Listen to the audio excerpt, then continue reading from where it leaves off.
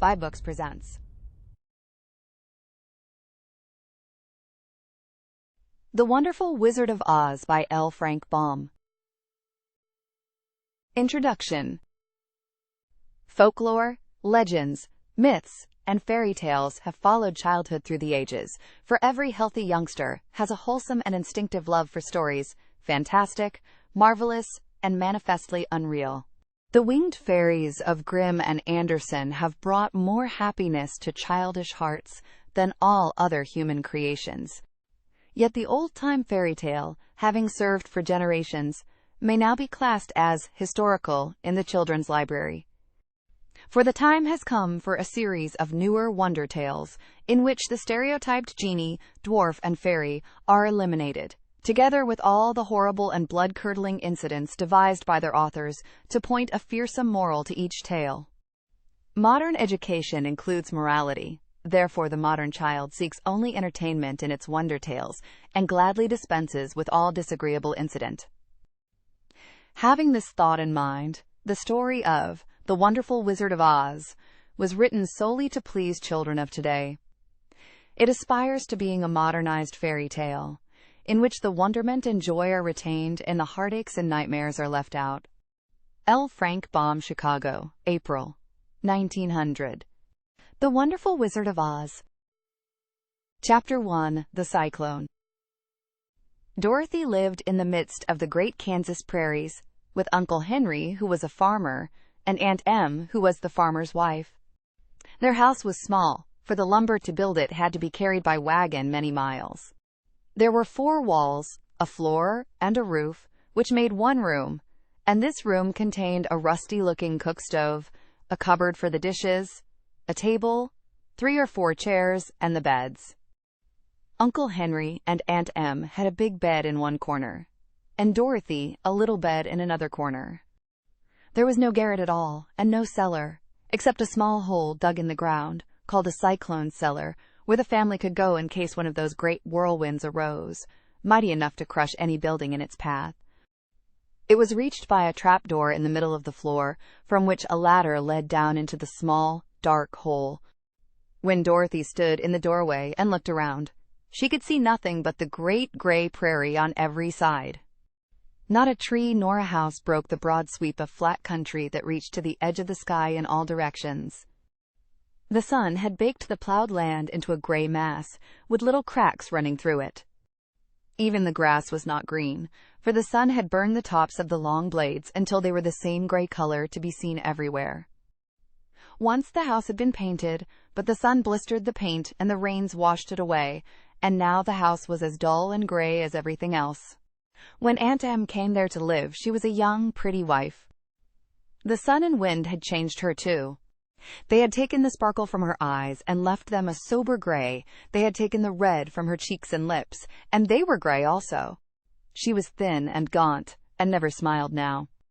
When Dorothy, who was an orphan, first came to her, Aunt Em had been so startled by the child's laughter that she would scream and press her hand upon her heart whenever Dorothy's merry voice reached her ears.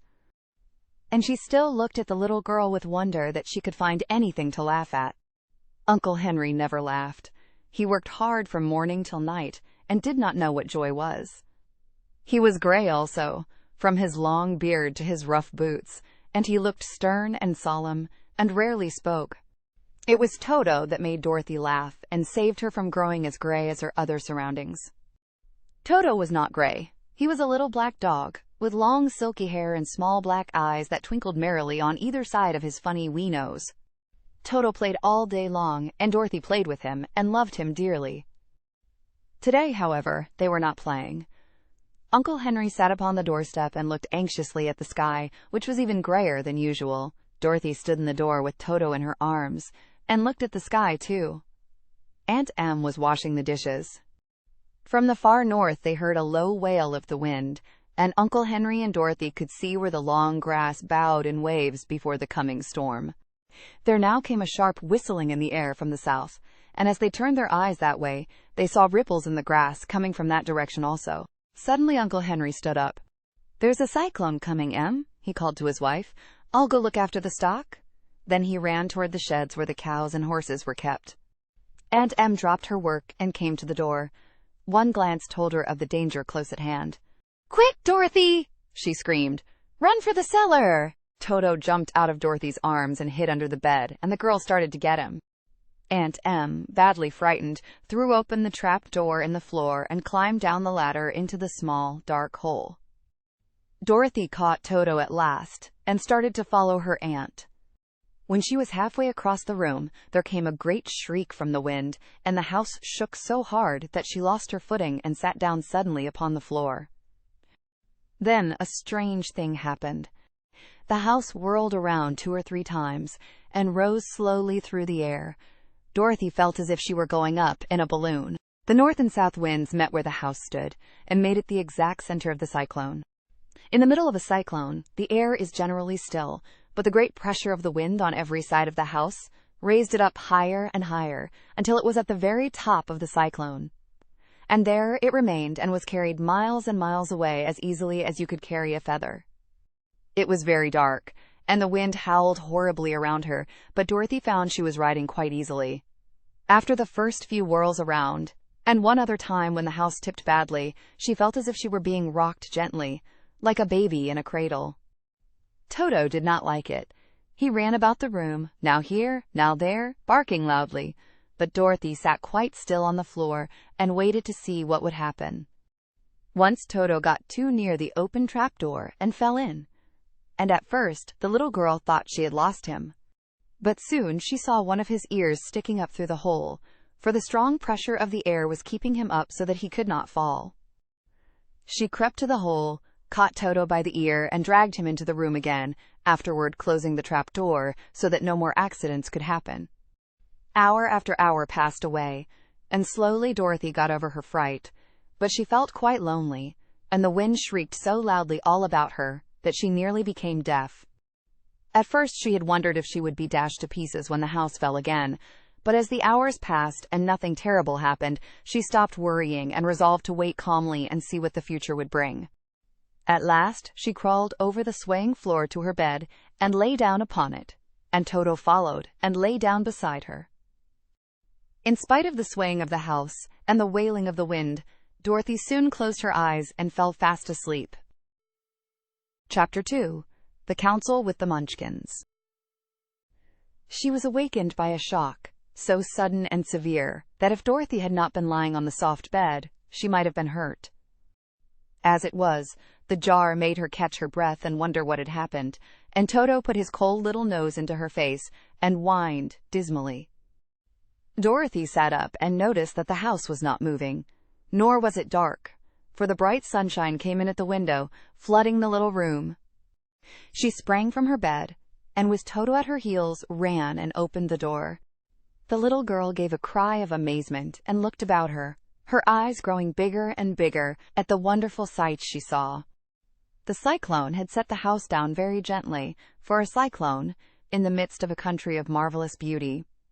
There were lovely patches of greensward all about, with stately trees bearing rich and luscious fruits. Banks of gorgeous flowers were on every hand, and birds with rare and brilliant plumage sang and fluttered in the trees and bushes.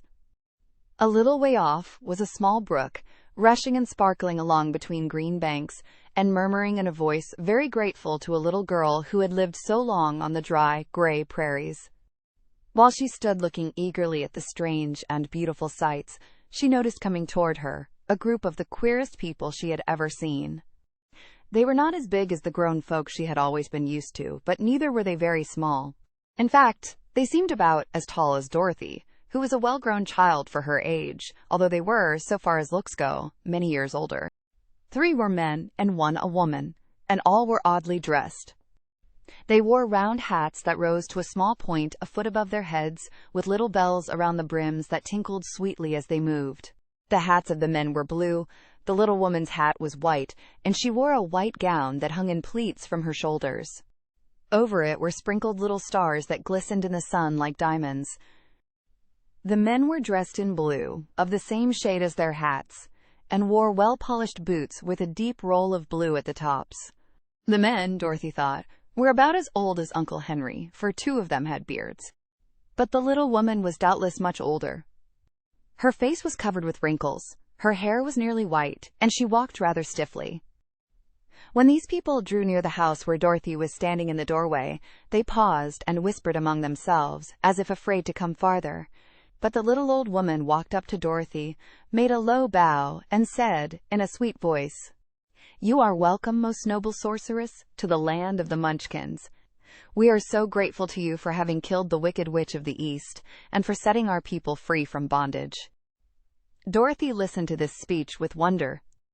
What could the little woman possibly mean by calling her a sorceress, and saying she had killed the Wicked Witch of the East? Dorothy was an innocent, harmless little girl who had been carried by a cyclone many miles from home, and she had never killed anything in all her life. But the little woman evidently expected her to answer, so Dorothy said with hesitation, "You are very kind, but there must be some mistake. I have not killed anything." "Your house did, anyway," replied the little old woman with a laugh, "and that is the same thing. See," she continued, pointing to the corner of the house. "There are her 2 feet, still sticking out from under a block of wood." Dorothy looked, and gave a little cry of fright. There, indeed, just under the corner of the great beam the house rested on, 2 feet were sticking out, shod in silver shoes with pointed toes. "Oh dear!" cried Dorothy, clasping her hands together in dismay. "The house must have fallen on her. Whatever shall we do?" "There is nothing to be done," said the little woman calmly. "But who was she?" asked Dorothy. "She was the Wicked Witch of the East, as I said," answered the little woman. "She has held all the Munchkins in bondage for many years, making them slave for her night and day. Now they are all set free, and are grateful to you for the favor." "Who are the Munchkins?" inquired Dorothy. "They are the people who live in this land of the East, where the Wicked Witch ruled." "Are you a Munchkin?" asked Dorothy. "No, but I am their friend, although I live in the land of the North. When they saw the Witch of the East was dead, the Munchkins sent a swift messenger to me, and I came at once. I am the Witch of the North." "Oh, gracious!" cried Dorothy. "Are you a real witch?" "Yes, indeed," answered the little woman. "But I am a good witch, and the people love me. I am not as powerful as the Wicked Witch was who ruled here, or I should have set the people free myself." "But I thought all witches were wicked," said the girl, who was half frightened at facing a real witch. "Oh no, that is a great mistake. There were only 4 witches in all the land of Oz, and 2 of them, those who live in the North and the South, are good witches. I know this is true, for I am one of them myself, and cannot be mistaken. Those who dwelt in the East and the West were, indeed, wicked witches, but now that you have killed one of them, there is but one wicked witch in all the land of Oz, the one who lives in the West." "But," said Dorothy, after a moment's thought, "Aunt Em has told me that the witches were all dead, years and years ago." "Who is Aunt Em?" inquired the little old woman. "She is my aunt who lives in Kansas, where I came from." The Witch of the North seemed to think for a time, with her head bowed and her eyes upon the ground. Then she looked up and said, "I do not know where Kansas is, for I have never heard that country mentioned before. But tell me, is it a civilized country?" "Oh yes," replied Dorothy. "Then that accounts for it. In the civilized countries I believe there are no witches left, nor wizards, nor sorceresses, nor magicians. But, you see, the land of Oz has never been civilized, for we are cut off from all the rest of the world. Therefore we still have witches and wizards amongst us." "Who are the wizards?" asked Dorothy. "Oz himself is the great wizard," answered the witch, sinking her voice to a whisper. "He is more powerful than all the rest of us together. He lives in the City of Emeralds."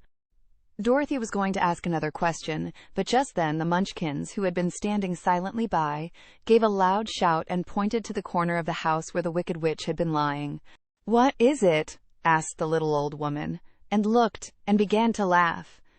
The feet of the dead witch had disappeared entirely, and nothing was left but the silver shoes.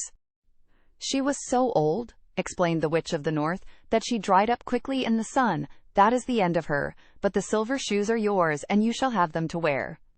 She reached down and picked up the shoes, and after shaking the dust out of them, handed them to Dorothy. "The Witch of the East was proud of those silver shoes," said one of the Munchkins, "and there is some charm connected with them, but what it is, we never knew." Dorothy carried the shoes into the house and placed them on the table.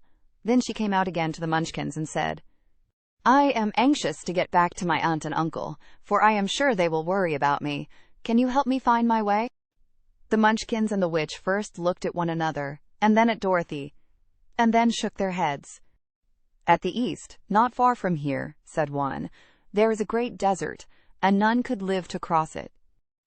"It is the same at the south," said another, "for I have been there and seen it. The south is the country of the Quadlings." "I am told," said the third man, "that it is the same at the west, and that country, where the Winkies live, is ruled by the wicked witch of the west, who would make you her slave if you passed her way." "The north is my home," said the old lady, "and at its edge is the same great desert that surrounds this land of Oz. I'm afraid, my dear, you will have to live with us." Dorothy began to sob at this, for she felt lonely among all these strange people. Her tears seemed to grieve the kind-hearted Munchkins, for they immediately took out their handkerchiefs and began to weep also. As for the little old woman, she took off her cap and balanced the point on the end of her nose, while she counted 1, 2, 3 in a solemn voice. At once the cap changed to a slate, on which was written in big white chalk marks, "Let Dorothy go to the City of Emeralds." The little old woman took the slate from her nose, and having read the words on it, asked, "Is your name Dorothy, my dear?" "Yes," answered the child, looking up and drying her tears. "Then you must go to the City of Emeralds. Perhaps Oz will help you." "Where's this city?" asked Dorothy. "It is exactly in the center of the country, and is ruled by Oz, the great wizard I told you of." "Is he a good man?" inquired the girl anxiously. "He is a good wizard. Whether he is a man or not I cannot tell, for I have never seen him." "How can I get there?" asked Dorothy. "You must walk. It is a long journey through a country that is sometimes pleasant and sometimes dark and terrible. However, I will use all the magic arts I know of to keep you from harm." "Won't you go with me?" pleaded the girl, who had begun to look upon the little old woman as her only friend. "No, I cannot do that," she replied, "but I will give you my kiss, and no one will dare injure a person who has been kissed by the Witch of the North." She came close to Dorothy and kissed her gently on the forehead. Where her lips touched the girl, they left a round, shining mark, as Dorothy found out soon after. "The road to the City of Emeralds is paved with yellow brick," said the witch, "so you cannot miss it. When you get to Oz, do not be afraid of him, but tell your story, and ask him to help you. Goodbye, my dear." The three Munchkins bowed low to her, and wished her a pleasant journey, after which they walked away through the trees. The witch gave Dorothy a friendly little nod, whirled around on her left heel 3 times, and straightway disappeared, much to the surprise of little Toto, who barked after her loudly enough when she had gone, because he had been afraid even to growl while she stood by. But Dorothy, knowing her to be a witch, had expected her to disappear in just that way, and was not surprised in the least. Chapter 3. How Dorothy Saved the Scarecrow. When Dorothy was left alone, she began to feel hungry, so she went to the cupboard and cut herself some bread, which she spread with butter. She gave some to Toto, and taking a pail from the shelf, she carried it down to the little brook and filled it with clear, sparkling water. Toto ran over to the trees and began to bark at the bird sitting there. Dorothy went to get him, and saw such delicious fruit hanging from the branches that she gathered some of it, finding it just what she wanted to help out her breakfast. Then she went back to the house, and having helped herself and Toto to a good drink of the cool, clear water, she set about making ready for the journey to the City of Emeralds. Dorothy had only one other dress, but that happened to be clean and was hanging on a peg beside her bed. It was gingham, with checks of white and blue, and although the blue was somewhat faded with many washings, it was still a pretty frock. The girl washed herself carefully, dressed herself in the clean gingham, and tied her pink sunbonnet on her head. She took a little basket and filled it with bread from the cupboard, laying a white cloth over the top. Then she looked down at her feet and noticed how old and worn her shoes were. "They surely will never do for a long journey, Toto," she said. And Toto looked up into her face with his little black eyes and wagged his tail to show he knew what she meant. At that moment, Dorothy saw lying on the table the silver shoes that had belonged to the Witch of the East. "I wonder if they will fit me," she said to Toto. "They would be just the thing to take a long walk in, for they could not wear out." She took off her old leather shoes and tried on the silver ones, which fitted her as well as if they had been made for her. Finally, she picked up her basket. "Come along, Toto," she said. "We will go to the Emerald City and ask the Great Oz how to get back to Kansas again." She closed the door, locked it, and put the key carefully in the pocket of her dress. And so, with Toto trotting along soberly behind her, she started on her journey. There were several roads nearby, but it did not take her long to find the one paved with yellow bricks. Within a short time, she was walking briskly toward the Emerald City, her silver shoes tinkling merrily on the hard, yellow roadbed. The sun shone bright, and the birds sang sweetly, and Dorothy did not feel nearly so bad as you might think a little girl would, who had been suddenly whisked away from her own country and set down in the midst of a strange land. She was surprised, as she walked along, to see how pretty the country was about her. There were neat fences at the sides of the road, painted a dainty blue color, and beyond them were fields of grain and vegetables in abundance. Evidently the Munchkins were good farmers and able to raise large crops. Once in a while she would pass a house, and the people came out to look at her and bow low as she went by, for everyone knew she had been the means of destroying the Wicked Witch and setting them free from bondage. The houses of the Munchkins were odd-looking dwellings, for each was round, with a big dome for a roof. All were painted blue, for in this country of the East, blue was the favorite color. Toward evening, when Dorothy was tired with her long walk and began to wonder where she should pass the night, she came to a house rather larger than the rest. On the green lawn before it, many men and women were dancing. 5 little fiddlers played as loudly as possible, and the people were laughing and singing, while a big table nearby was loaded with delicious fruits and nuts, pies and cakes, and many other good things to eat. The people greeted Dorothy kindly and invited her to supper and to pass the night with them, for this was the home of one of the richest Munchkins in the land, and his friends were gathered with him to celebrate their freedom from the bondage of the Wicked Witch. Dorothy ate a hearty supper, and was waited upon by the rich Munchkin himself, whose name was Boak. Then she sat upon a settee and watched the people dance. When Boak saw her silver shoes, he said, "You must be a great sorceress." "Why?" asked the girl. "Because you wear silver shoes and have killed the Wicked Witch. Besides, you have white in your frock, and only witches and sorceresses wear white." "My dress is blue and white checked," said Dorothy, smoothing out the wrinkles in it. "It is kind of you to wear that," said Boak. "Blue is the color of the Munchkins, and white is the witch color, so we know you are a friendly witch." Dorothy did not know what to say to this, for all the people seemed to think her a witch, and she knew very well she was only an ordinary little girl who had come by the chance of a cyclone into a strange land. When she had tired watching the dancing, Boak led her into the house, where he gave her a room with a pretty bed in it. The sheets were made of blue cloth, and Dorothy slept soundly in them till morning, with Toto curled up on the blue rug beside her. She ate a hearty breakfast and watched a wee Munchkin baby, who played with Toto and pulled his tail and crowed and laughed in a way that greatly amused Dorothy. Toto was a fine curiosity to all the people, for they had never seen a dog before. "How far is it to the Emerald City?" the girl asked. "I do not know," answered Boak gravely, "for I have never been there. It is better for people to keep away from Oz, unless they have business with him. But it is a long way to the Emerald City, and it will take you many days. The country here is rich and pleasant, but you must pass through rough and dangerous places before you reach the end of your journey." This worried Dorothy a little, but she knew that only the Great Oz could help her get to Kansas again, so she bravely resolved not to turn back. She bade her friends goodbye, and again started along the road of yellow brick. When she had gone several miles, she thought she would stop to rest, and so climbed to the top of the fence beside the road and sat down. There was a great cornfield beyond the fence, and not far away she saw a scarecrow placed high on a pole to keep the birds from the ripe corn. Dorothy leaned her chin upon her hand and gazed thoughtfully at the scarecrow.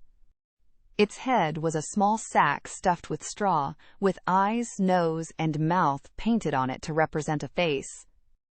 An old, pointed blue hat that had belonged to some Munchkin was perched on his head, and the rest of the figure was a blue suit of clothes, worn and faded, which had also been stuffed with straw. On the feet were some old boots with blue tops, such as every man wore in this country, and the figure was raised above the stalks of corn by means of the poles stuck up its back. While Dorothy was looking earnestly into the queer, painted face of the Scarecrow, she was surprised to see one of the eyes slowly wink at her.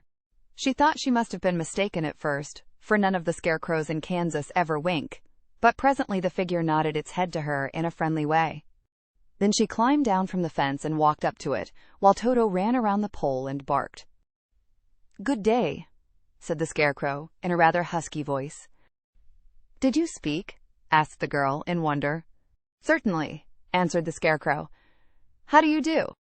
"I'm pretty well, thank you," replied Dorothy politely. "How do you do?" "I'm not feeling well," said the Scarecrow with a smile, "for it is very tedious being perched up here night and day to scare away crows." "Can't you get down?" asked Dorothy. "No, for this pole is stuck up my back. If you will please take away the pole, I shall be greatly obliged to you." Dorothy reached up both arms and lifted the figure off the pole, for, being stuffed with straw, it was quite light. "Thank you very much," said the Scarecrow, when he had been set down on the ground. "I feel like a new man." Dorothy was puzzled at this, for it sounded queer to hear a stuffed man speak, and to see him bow and walk along beside her. "Who are you?" asked the Scarecrow when he had stretched himself and yawned. "And where are you going?" "My name is Dorothy," said the girl, "and I am going to the Emerald City, to ask the Great Oz to send me back to Kansas." "Where is the Emerald City?" he inquired.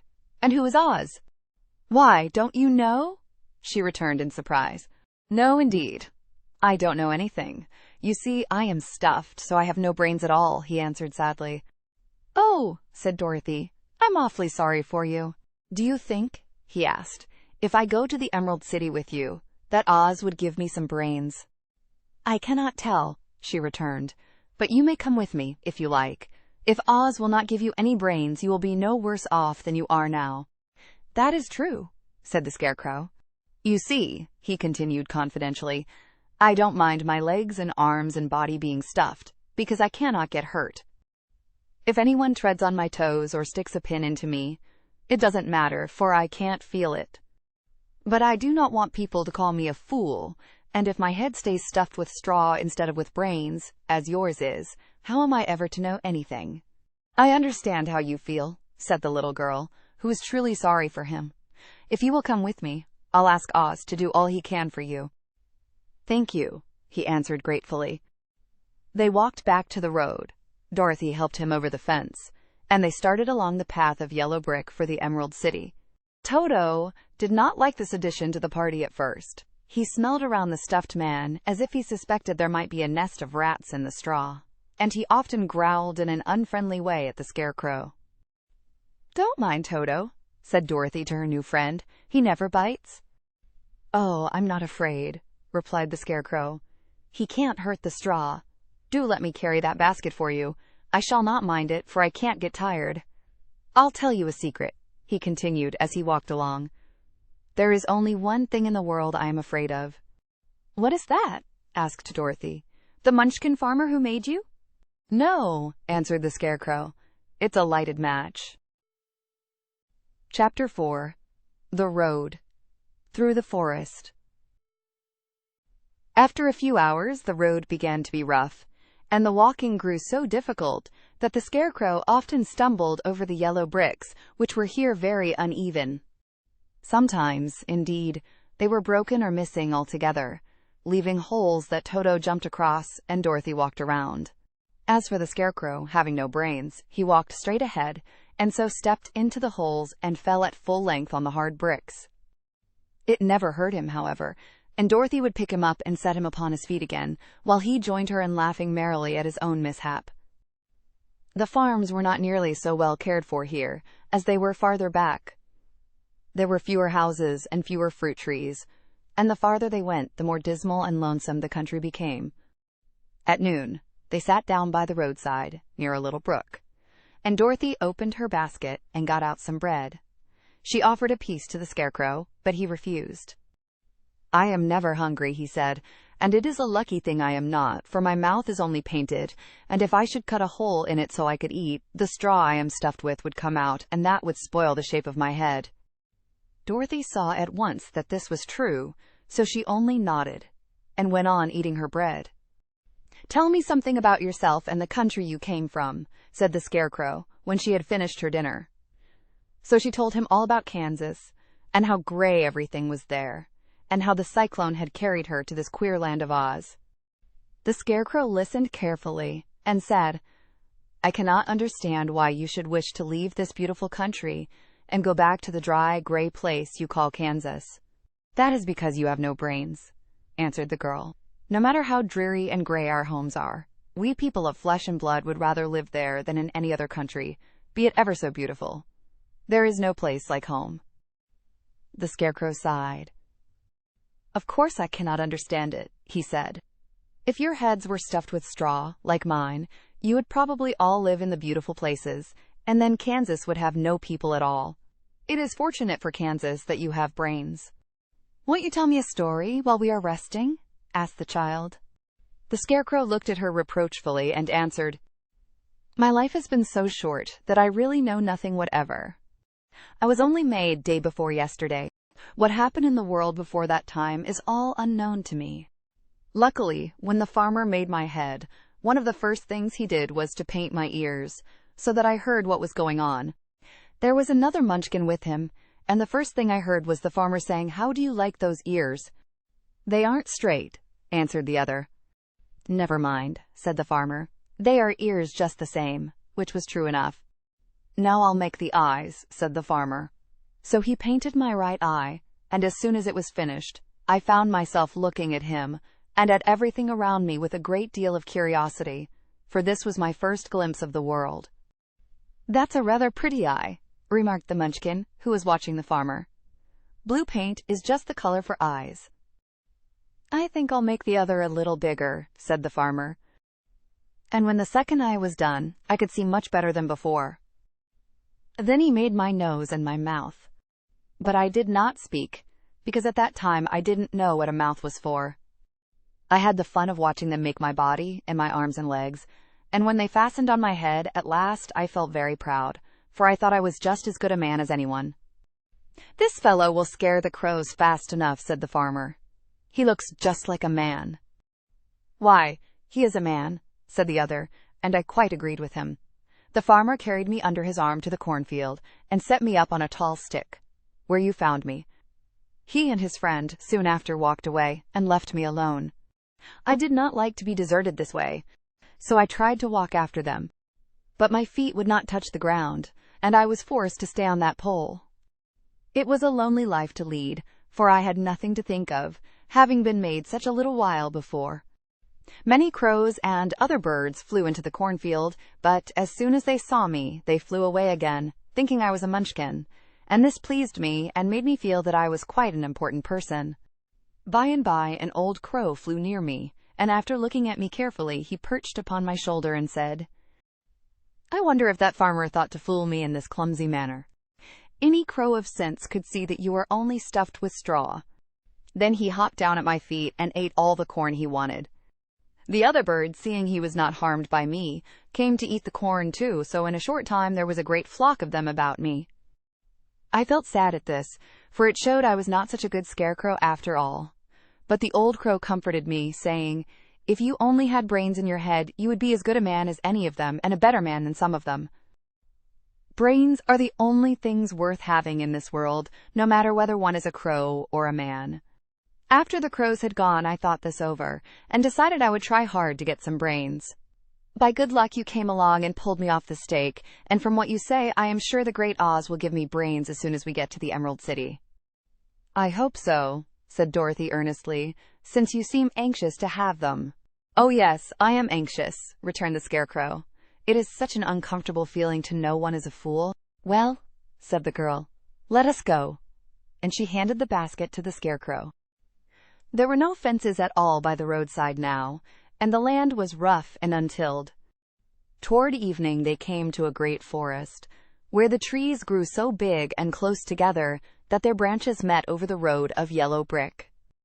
It was almost dark under the trees, for the branches shut out the daylight, but the travelers did not stop and went on into the forest. "If this road goes in, it must come out," said the Scarecrow, "and as the Emerald City is at the other end of the road, we must go wherever it leads us." "Anyone would know that," said Dorothy. "Certainly, that is why I know it," returned the Scarecrow. "If it required brains to figure it out, I never should have said it." After an hour or so, the light faded away, and they found themselves stumbling along in the darkness. Dorothy could not see at all, but Toto could, for some dogs see very well in the dark, and the Scarecrow declared he could see as well as by day. So she took hold of his arm and managed to get along fairly well. "If you see any house or any place where we can pass the night," she said, "you must tell me, for it is very uncomfortable walking in the dark." Soon after, the Scarecrow stopped.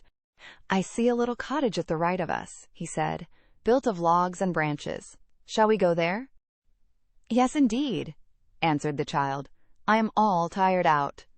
So the Scarecrow led her through the trees until they reached the cottage, and Dorothy entered and found a bed of dried leaves in one corner.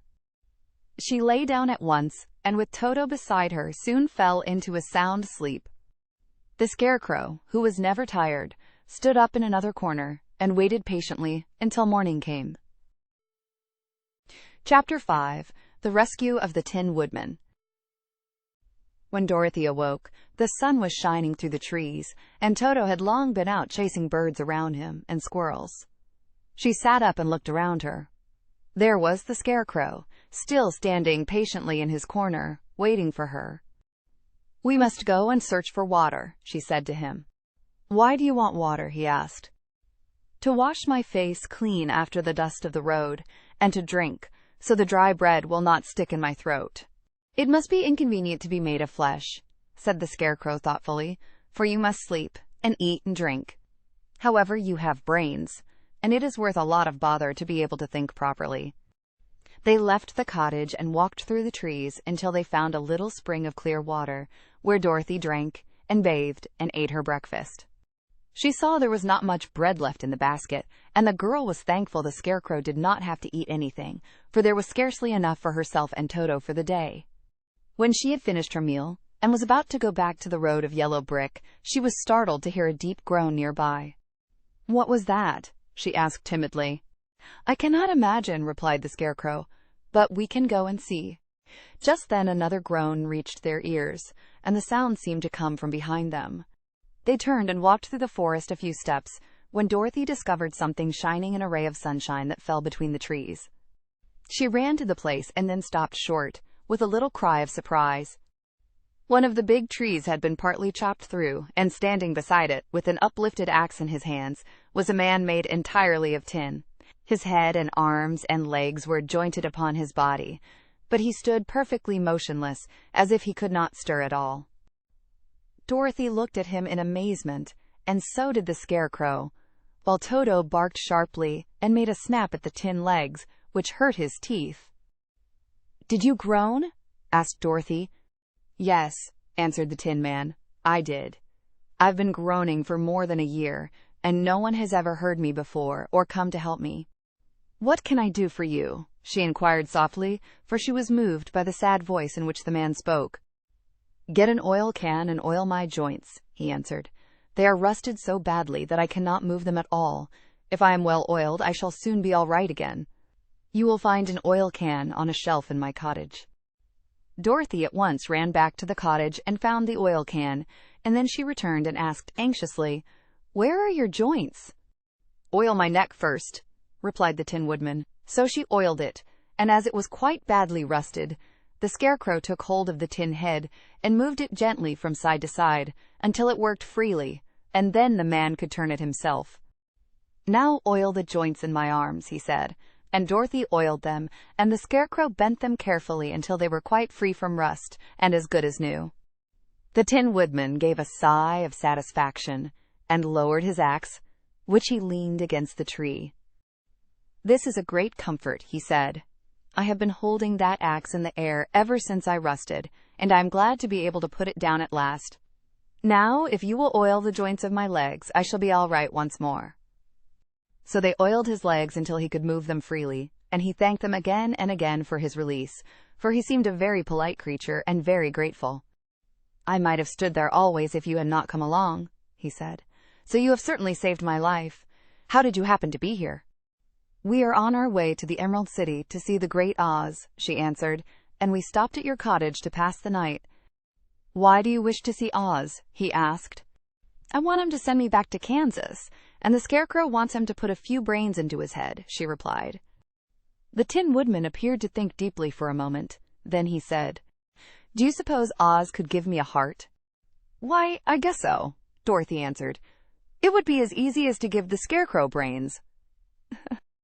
"True," the Tin Woodman returned. "So if you will allow me to join your party, I will also go to the Emerald City and ask Oz to help me."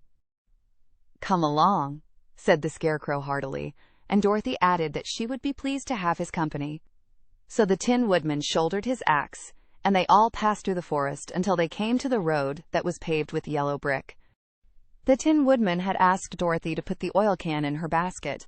"For," he said, "if I should get caught in the rain and rust again, I would need the oil can badly." It was a bit of good luck to have their new comrade join the party, for soon after they had begun their journey again, they came to a place where the trees and branches grew so thick over the road that the travelers could not pass.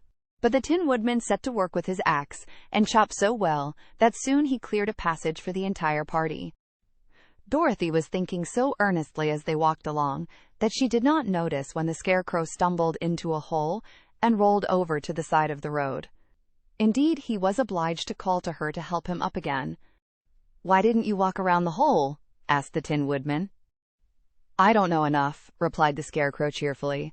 "My head is stuffed with straw, you know, and that is why I am going to Oz to ask him for some brains." "Oh, I see," said the Tin Woodman. "But, after all, brains are not the best things in the world." "Have you any?" inquired the Scarecrow. "No, my head is quite empty," answered the Woodman. "But once I had brains and a heart also. So, having tried them both, I should much rather have a heart."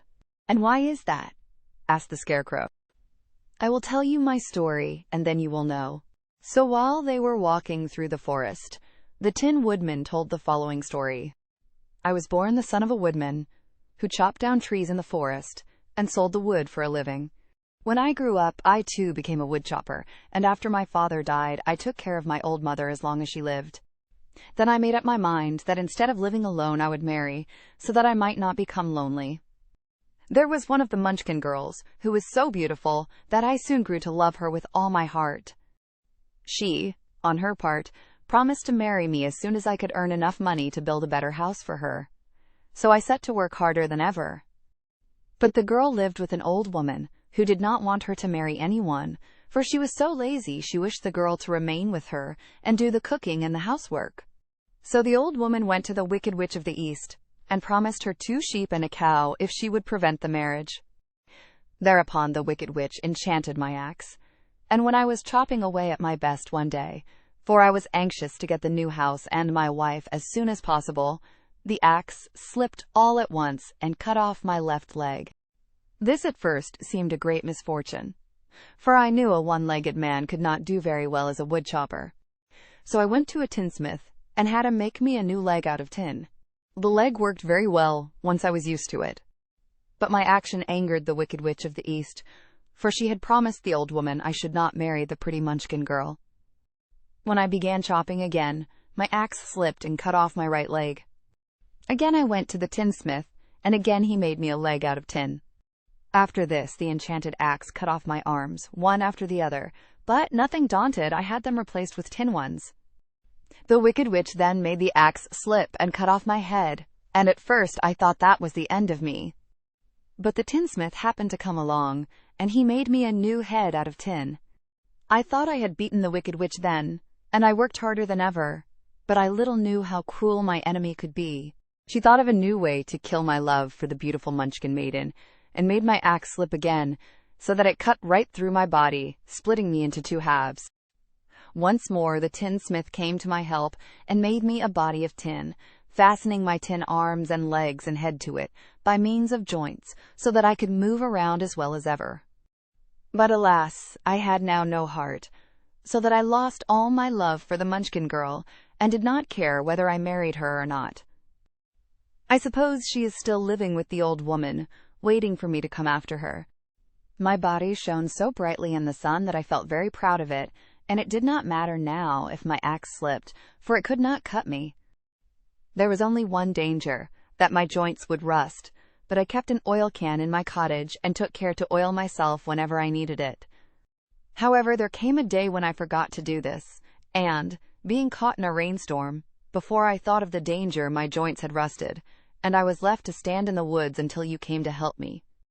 It was a terrible thing to undergo, but during the year I stood there, I had time to think that the greatest loss I had known was the loss of my heart. While I was in love, I was the happiest man on earth, but no one can love who has not a heart, and so I am resolved to ask Oz to give me one. If he does, I will go back to the Munchkin maiden and marry her. Both Dorothy and the Scarecrow had been greatly interested in the story of the Tin Woodman, and now they knew why he was so anxious to get a new heart. "All the same," said the Scarecrow, "I shall ask for brains instead of a heart, for a fool would not know what to do with a heart if he had one." "I shall take the heart," returned the Tin Woodman, "for brains do not make one happy, and happiness is the best thing in the world." Dorothy did not say anything, for she was puzzled to know which of her two friends was right, and she decided if she could only get back to Kansas and Aunt Em, it did not matter so much whether the Woodman had no brains, and the Scarecrow no heart, or each got what he wanted.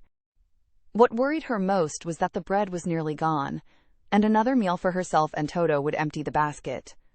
To be sure, neither the Woodman nor the Scarecrow ever ate anything, but she was not made of tin nor straw, and could not live unless she was fed. Chapter 6. The Cowardly Lion. All this time, Dorothy and her companions had been walking through the thick woods. The road was still paved with yellow brick, but these were much covered by dried branches and dead leaves from the trees, and the walking was not at all good. There were few birds in this part of the forest, for birds love the open country, where there is plenty of sunshine. But now and then there came a deep growl from some wild animal, hidden among the trees.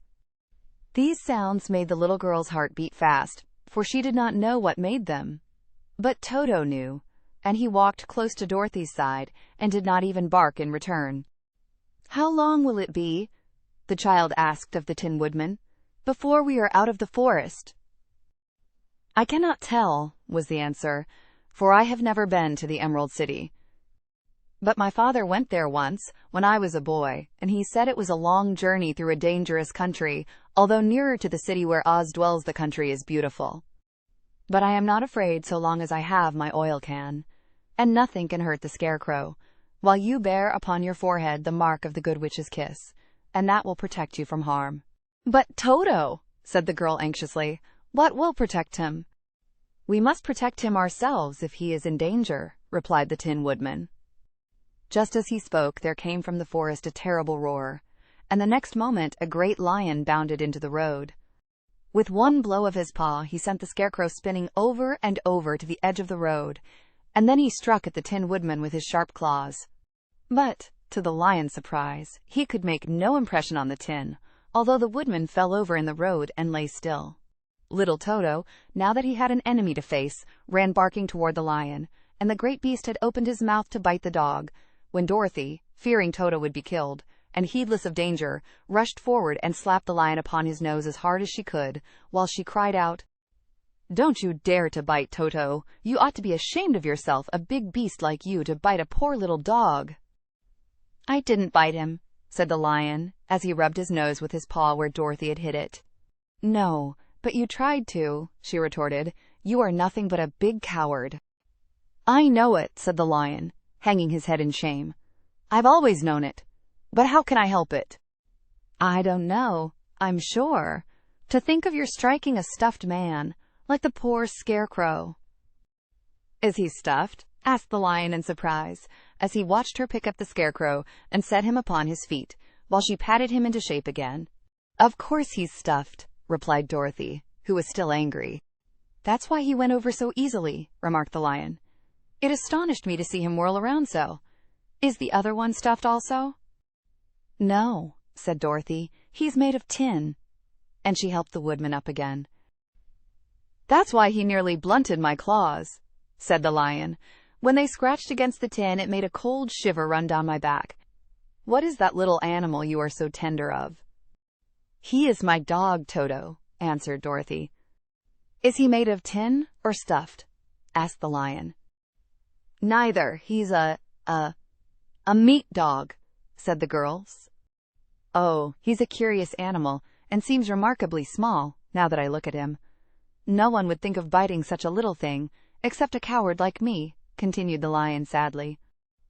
What makes you a coward? Asked Dorothy, looking at the great beast in wonder, for he was as big as a small horse. It's a mystery, replied the Lion. I suppose I was born that way. All the other animals in the forest naturally expect me to be brave, for the lion is everywhere thought to be the king of beasts. I learned that if I roared very loudly, every living thing was frightened and got out of my way. Whenever I've met a man, I've been awfully scared, but I just roared at him, and he has always run away as fast as he could go. If the elephants and the tigers and the bears had ever tried to fight me, I should have run myself. I'm such a coward, but just as soon as they hear me roar, they all try to get away from me, and of course, I let them go. But that isn't right. The king of beasts shouldn't be a coward, said the Scarecrow. I know it, returned the Lion, wiping a tear from his eye with the tip of his tail. It is my great sorrow, and makes my life very unhappy. But whenever there is danger, my heart begins to beat fast. Perhaps you have heart disease, said the Tin Woodman. It may be, said the Lion. If you have, continued the Tin Woodman, you ought to be glad, for it proves you have a heart. For my part, I have no heart, so I cannot have heart disease. Perhaps, said the Lion thoughtfully, if I had no heart, I should not be a coward. Have you brains? Asked the Scarecrow. I suppose so. I've never looked to see, replied the Lion. I am going to the Great Oz to ask him to give me some, remarked the Scarecrow, for my head is stuffed with straw. And I am going to ask him to give me a heart, said the Woodman. And I am going to ask him to send Toto and me back to Kansas, added Dorothy. Do you think Oz could give me courage? Asked the Cowardly Lion. Just as easily as he could give me brains, said the Scarecrow. Or give me a heart, said the Tin Woodman. Or send me back to Kansas, said Dorothy. Then if you don't mind, I'll go with you, said the Lion, for my life is simply unbearable without a bit of courage. You will be very welcome, answered Dorothy, for you will help to keep away the other wild beasts. It seems to me they must be more cowardly than you are if they allow you to scare them so easily. They really are, said the Lion. But that doesn't make me any braver, and as long as I know myself to be a coward, I shall be unhappy. So once more, the little company set off upon the journey, the Lion walking with stately strides at Dorothy's side. Toto did not approve of this new comrade at first, for he could not forget how nearly he had been crushed between the Lion's great jaws. But after a time he became more at ease, and presently Toto and the Cowardly Lion had grown to be good friends. During the rest of that day there was no other adventure to mar the peace of their journey. Once, indeed, the Tin Woodman stepped upon a beetle that was crawling along the road, and killed the poor little thing. This made the Tin Woodman very unhappy, for he was always careful not to hurt any living creature, and as he walked along he wept several tears of sorrow and regret. These tears ran slowly down his face, and over the hinges of his jaw, and there they rusted. When Dorothy presently asked him a question, the Tin Woodman could not open his mouth, for his jaws were tightly rusted together. He became greatly frightened at this, and made many motions to Dorothy to relieve him, but she could not understand. The Lion was also puzzled to know what was wrong. But the Scarecrow seized the oil can from Dorothy's basket and oiled the Woodman's jaws, so that after a few moments he could talk as well as before. This will serve me a lesson, said he, to look where I step. For if I should kill another bug or beetle, I should surely cry again, and crying rusts my jaws so that I cannot speak. Thereafter he walked very carefully, with his eyes on the road, and when he saw a tiny ant toiling by, he would step over it so as not to harm it. The Tin Woodman knew very well he had no heart, and therefore he took great care never to be cruel or unkind to anything. "You people with hearts," he said, "have something to guide you and need never do wrong. But I have no heart, and so I must be very careful. When Oz gives me a heart, of course, I needn't mind so much." Chapter 7. The Journey to the Great Oz. They were obliged to camp out that night under a large tree in the forest, for there were no houses near. The tree made a good, thick covering to protect them from the dew, and the Tin Woodman chopped a great pile of wood with his axe, and Dorothy built a splendid fire that warmed her and made her feel less lonely. She and Toto ate the last of their bread, and now she did not know what they would do for breakfast. "If you wish," said the lion, "I will go into the forest and kill a deer for you. You can roast it by the fire, since your tastes are so peculiar that you prefer cooked food, and then you will have a very good breakfast." "Don't! Please don't!" begged the Tin Woodman. "I should certainly weep if you killed a poor deer, and then my jaws would rust again." But the lion went away into the forest and found his own supper, and no one ever knew what it was, for he didn't mention it. And the Scarecrow found a tree full of nuts, and filled Dorothy's basket with them, so that she would not be hungry for a long time. She thought this was very kind and thoughtful of the Scarecrow, but she laughed heartily at the awkward way in which the poor creature picked up the nuts. His padded hands were so clumsy, and the nuts were so small, that he dropped almost as many as he put in the basket. But the Scarecrow did not mind how long it took him to fill the basket, for it enabled him to keep away from the fire, as he feared a spark might get into his straw and burn him up. So he kept a good distance away from the flames, and only came near to cover Dorothy with dry leaves when she lay down to sleep. These kept her very snug and warm, and she slept soundly until morning. When it was daylight, the girl bathed her face in a little rippling brook, and soon after, they all started toward the Emerald City. This was to be an eventful day for the travelers. They had hardly been walking an hour when they saw before them a great ditch that crossed the road and divided the forest as far as they could see on either side. It was a very wide ditch, and when they crept up to the edge and looked into it, they could see it was also very deep, and there were many big, jagged rocks at the bottom. The sides were so steep that none of them could climb down, and for a moment it seemed that their journey must end. "What shall we do?" asked Dorothy despairingly. "I haven't the faintest idea," said the Tin Woodman, and the lion shook his shaggy mane and looked thoughtful. But the Scarecrow said, "We cannot fly, that is certain. Neither can we climb down into this great ditch. Therefore, if we cannot jump over it, we must stop where we are." "I think I could jump over it," said the Cowardly Lion, after measuring the distance carefully in his mind. "Then we are all right," answered the Scarecrow, "for you can carry us all over on your back, one at a time." "Well, I'll try it," said the lion. "Who will go first?" "I will," declared the Scarecrow, "for if you found that you could not jump over the gulf, Dorothy would be killed, or the Tin Woodman badly dented on the rocks below. But if I am on your back, it will not matter so much, for the fall would not hurt me at all." "I am terribly afraid of falling myself," said the Cowardly Lion, "but I suppose there is nothing to do but try it. So get on my back, and we will make the attempt."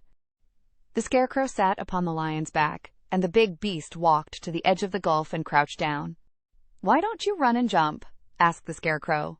"Because that isn't the way we lions do these things," he replied. Then, giving a great spring, he shot through the air and landed safely on the other side. They were all greatly pleased to see how easily he did it, and after the Scarecrow had got down from his back, the lion sprang across the ditch again. Dorothy thought she would go next, so she took Toto in her arms and climbed on the lion's back, holding tightly to his mane with one hand. The next moment it seemed as if she were flying through the air, and then, before she had time to think about it, she was safe on the other side. The lion went back a third time and got the Tin Woodman, and then they all sat down for a few moments to give the beast a chance to rest, for his great leaps had made his breath short, and he panted like a big dog that has been running too long. They found the forest very thick on this side, and it looked dark and gloomy. After the lion had rested, they started along the road of yellow brick, silently wondering, each in his own mind, if ever they would come to the end of the woods and reach the bright sunshine again. To add to their discomfort, they soon heard strange noises in the depths of the forest, and the lion whispered to them that it was in this part of the country that the Kalidas lived. "What are the Kalidas?" asked the girl. "They are monstrous beasts, with bodies like bears and heads like tigers," replied the lion, "and with claws so long and sharp that they could tear me in two as easily as I could kill Toto. I'm terribly afraid of the Kalidas." "I'm not surprised that you are," returned Dorothy. "They must be dreadful beasts." The lion was about to reply when suddenly they came to another gulf across the road. But this one was so broad and deep that the lion knew at once he could not leap across it. So they sat down to consider what they should do, and after serious thought, the Scarecrow said, "Here's a great tree, standing close to the ditch. If the Tin Woodman can chop it down so that it will fall to the other side, we can walk across it easily." "That is a first-rate idea," said the lion. "One would almost suspect you had brains in your head, instead of straw." The Woodman set to work at once, and so sharp was his axe that the tree was soon chopped nearly through. Then the lion put his strong front legs against the tree and pushed with all his might, and slowly the big tree tipped and fell with a crash across the ditch, with its top branches on the other side. They had just started to cross this queer bridge when a sharp growl made them all look up, and to their horror they saw running toward them two great beasts with bodies like bears and heads like tigers. "They are the Kalidas," said the cowardly lion, beginning to tremble. "Quick!" cried the Scarecrow. "Let us cross over." So Dorothy went first, holding Toto in her arms, the Tin Woodman followed, and the Scarecrow came next. The lion, although he was certainly afraid, turned to face the Kalidas, and then he gave so loud and terrible a roar that Dorothy screamed and the Scarecrow fell over backward, while even the fierce beasts stopped short and looked at him in surprise.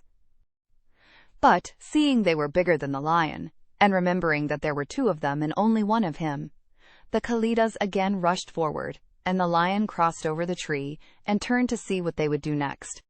Without stopping an instant, the fierce beasts also began to cross the tree, and the lion said to Dorothy, "We are lost, for they will surely tear us to pieces with their sharp claws. But stand close behind me, and I will fight them, as long as I am alive."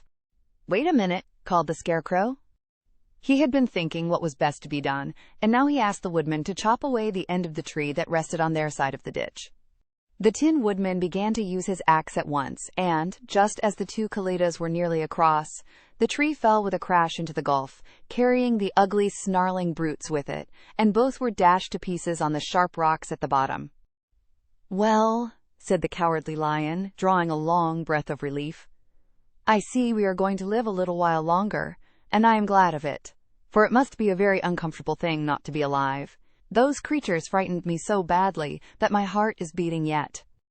"Ah," said the Tin Woodman sadly, "I wish I had a heart to beat." This adventure made the travelers more anxious than ever to get out of the forest, and they walked so fast that Dorothy became tired and had to ride on the lion's back. To their great joy, the trees became thinner the farther they advanced, and in the afternoon they suddenly came upon a broad river, flowing swiftly just before them. On the other side of the water, they could see the road of yellow brick running through a beautiful country, with green meadows dotted with bright flowers, and all the road bordered with trees hanging full of delicious fruits. They were greatly pleased to see this delightful country before them. "How shall we cross the river?" asked Dorothy. "That is easily done," replied the Scarecrow. "The Tin Woodman must build us a raft, so we can float to the other side." So the Woodman took his axe and began to chop down small trees to make a raft, and while he was busy at this, the Scarecrow found on the riverbank a tree full of fine fruit. This pleased Dorothy, who had eaten nothing but nuts all day, and she made a hearty meal of the ripe fruit.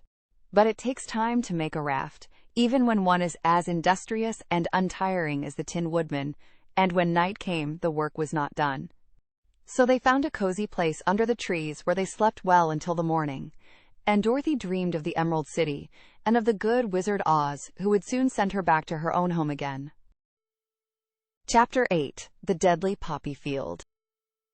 Our little party of travelers awakened the next morning refreshed and full of hope, and Dorothy breakfasted like a princess off peaches and plums from the trees beside the river.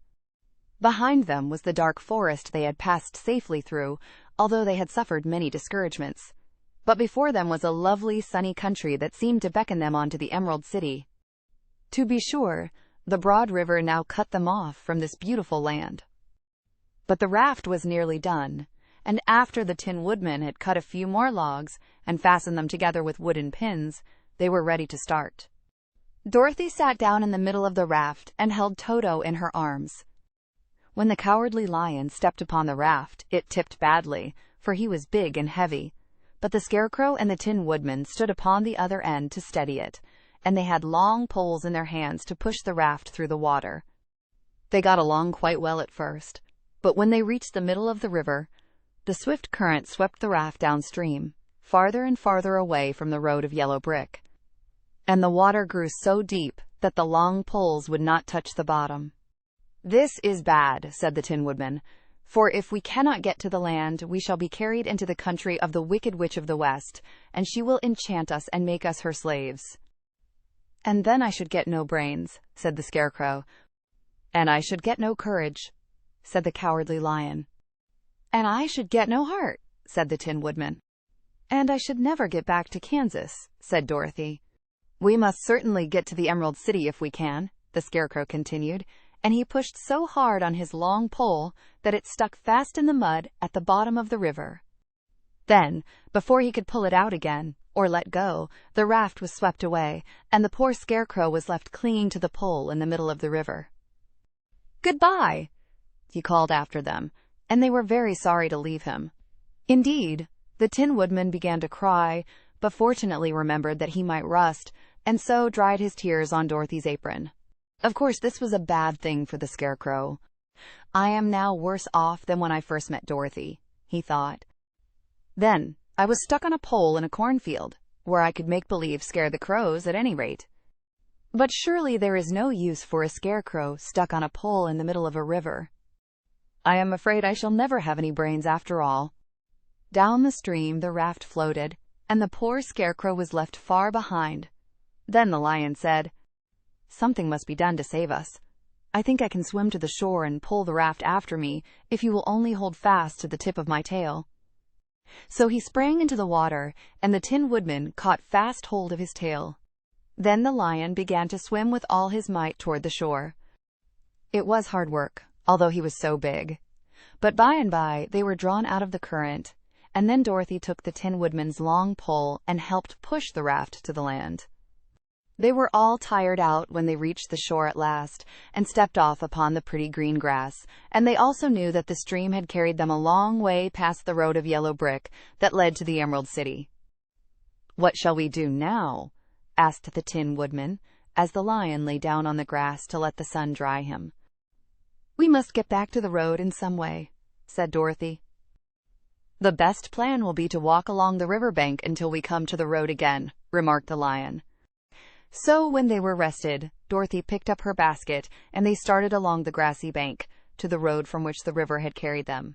It was a lovely country, with plenty of flowers and fruit trees and sunshine to cheer them, and had they not felt so sorry for the poor Scarecrow, they could have been very happy. They walked along as fast as they could, Dorothy only stopping once to pick a beautiful flower, and after a time the Tin Woodman cried out, "Look!" Then they all looked at the river and saw the Scarecrow perched upon his pole in the middle of the water, looking very lonely and sad. "What can we do to save him?" asked Dorothy. The Lion and the Woodman both shook their heads, for they did not know. So they sat down upon the bank and gazed wistfully at the Scarecrow until a stork flew by, who, upon seeing them, stopped to rest at the water's edge. "Who are you, and where are you going?" asked the stork. "I am Dorothy," answered the girl, "and these are my friends, the Tin Woodman and the Cowardly Lion, and we are going to the Emerald City." "This isn't the road," said the stork, as she twisted her long neck and looked sharply at the queer party. "I know it," returned Dorothy, "but we have lost the Scarecrow, and are wondering how we shall get him again." "Where is he?" asked the stork. "Over there in the river," answered the little girl. "If he wasn't so big and heavy, I would get him for you," remarked the stork. "He isn't heavy a bit," said Dorothy eagerly, "for he is stuffed with straw, and if you will bring him back to us, we shall thank you ever and ever so much." "Well, I'll try," said the stork. "But if I find he is too heavy to carry, I shall have to drop him in the river again." So the big bird flew into the air and over the water till she came to where the Scarecrow was perched upon his pole. Then the stork, with her great claws, grabbed the Scarecrow by the arm and carried him up into the air and back to the bank, where Dorothy and the lion and the Tin Woodman and Toto were sitting. When the Scarecrow found himself among his friends again, he was so happy that he hugged them all, even the lion and Toto. And as they walked along, he sang "Tol-de-ri-de-oh" at every step. He felt so gay. "I was afraid I should have to stay in the river forever," he said. "But the kind stork saved me, and if I ever get any brains I shall find the stork again and do her some kindness in return." "That's all right," said the stork, who was flying along beside them. "I always like to help anyone in trouble. But I must go now, for my babies are waiting in the nest for me. I hope you will find the Emerald City, and that Oz will help you." "Thank you," replied Dorothy, and then the kind stork flew into the air and was soon out of sight. They walked along, listening to the singing of the brightly colored birds, and looking at the lovely flowers, which now became so thick that the ground was carpeted with them. There were big yellow and white and blue and purple blossoms, besides great clusters of scarlet poppies, which were so brilliant in color they almost dazzled Dorothy's eyes. "Aren't they beautiful?" the girl asked as she breathed in the spicy scent of the bright flowers. "I suppose so," answered the Scarecrow. "When I have brains, I shall probably like them better." "If I only had a heart, I should love them," added the Tin Woodman. "I always did like flowers," said the lion. "They seem so helpless and frail, but there are none in the forest so bright as these." They now came upon more and more of the big scarlet poppies and fewer of the other flowers, and soon they found themselves in the midst of a great meadow of poppies. Now it is well known that when there are many of these flowers together, their odor is so powerful that anyone who breathes it falls asleep, and if the sleeper is not carried away from the scent of the flowers, he sleeps on and on forever. But Dorothy did not know this, nor could she get away from the bright red flowers that were everywhere about. So presently her eyes grew heavy, and she felt she must sit down to rest and to sleep. But the Tin Woodman would not let her do this. "We must hurry and get back to the road of yellow brick before dark," he said. And the Scarecrow agreed with him, so they kept walking until Dorothy could stand no longer. Her eyes closed in spite of herself, and she forgot where she was and fell among the poppies, fast asleep. "What shall we do?" asked the Tin Woodman. "If we leave her here, she will die," said the lion. "The smell of the flowers is killing us all. I myself can scarcely keep my eyes open, and the dog is asleep already." It was true. Toto had fallen down beside his little mistress. But the Scarecrow and the Tin Woodman, not being made of flesh, were not troubled by the scent of the flowers. "Run fast," said the Scarecrow to the lion, "and get out of this deadly flower bed as soon as you can. We will bring the little girl with us, but if you should fall asleep, you are too big to be carried." So the lion aroused himself and bounded forward as fast as he could go. In a moment he was out of sight. "Let us make a chair with our hands and carry her," said the Scarecrow. So they picked up Toto and put the dog in Dorothy's lap, and then they made a chair with their hands for the seat and their arms for the arms, and carried the sleeping girl between them through the flowers. On and on they walked, and it seemed that the great carpet of deadly flowers that surrounded them would never end. They followed the bend of the river, and at last came upon their friend the lion, lying fast asleep among the poppies. The flowers had been too strong for the huge beast, and he had given up at last, and fallen only a short distance from the end of the poppy bed, where the sweet grass spread in beautiful green fields before them. "We can do nothing for him," said the Tin Woodman sadly, "for he is much too heavy to lift. We must leave him here to sleep on forever, and perhaps he will dream that he has found courage at last." "I'm sorry," said the Scarecrow. "The lion was a very good comrade for one so cowardly, but let us go on." They carried the sleeping girl to a pretty spot beside the river, far enough from the poppy field to prevent her breathing any more of the poison of the flowers, and here they laid her gently on the soft grass and waited for the fresh breeze to waken her. Chapter 9. The Queen of the Field, Mice. "We cannot be far from the road of yellow brick now," remarked the Scarecrow, as he stood beside the girl, "for we have come nearly as far as the river carried us away." The Tin Woodman was about to reply when he heard a low growl, and turning his head, which worked beautifully on hinges, he saw a strange beast come bounding over the grass toward them. It was indeed a great yellow wildcat, and the Woodman thought it must be chasing something, for its ears were lying close to its head, and its mouth was wide open, showing 2 rows of ugly teeth, while its red eyes glowed like balls of fire. As it came nearer, the Tin Woodman saw that running before the beast was a little gray field mouse, and although he had no heart, he knew it was wrong for the wildcat to try to kill such a pretty, harmless creature. So the Woodman raised his axe, and as the wildcat ran by, he gave it a quick blow that cut the beast's head clean off from its body, and it rolled over at his feet in 2 pieces. The field mouse, now that it was freed from its enemy, stopped short, and coming slowly up to the Woodman, it said, in a squeaky little voice, "Oh, thank you. Thank you ever so much for saving my life." "Don't speak of it, I beg of you," replied the Woodman. "I have no heart, you know, so I am careful to help all those who may need a friend, even if it happens to be only a mouse." "Only a mouse?" cried the little animal indignantly. "Why, I am a queen, the queen of all the field mice." "Oh, indeed," said the Woodman, making a bow. "Therefore you have done a great deed, as well as a brave one, in saving my life," added the Queen. At that moment several mice were seen running up as fast as their little legs could carry them, and when they saw their queen, they exclaimed, "Oh, your Majesty, we thought you would be killed! How did you manage to escape the great wildcat?" They all bowed so low to the little queen that they almost stood upon their heads. "This funny tin man," she answered, "killed the wildcat and saved my life, so hereafter you must all serve him, and obey his slightest wish." "We will!" cried all the mice, in a shrill chorus. And then they scampered in all directions, for Toto had awakened from his sleep, and seeing all these mice around him, he gave one bark of delight and jumped right into the middle of the group. Toto had always loved to chase mice when he lived in Kansas, and he saw no harm in it. But the Tin Woodman caught the dog in his arms and held him tight, while he called to the mice, come back, Toto shall not hurt you." At this the Queen of the Mice stuck her head out from underneath a clump of grass and asked, in a timid voice, "Are you sure he will not bite us?"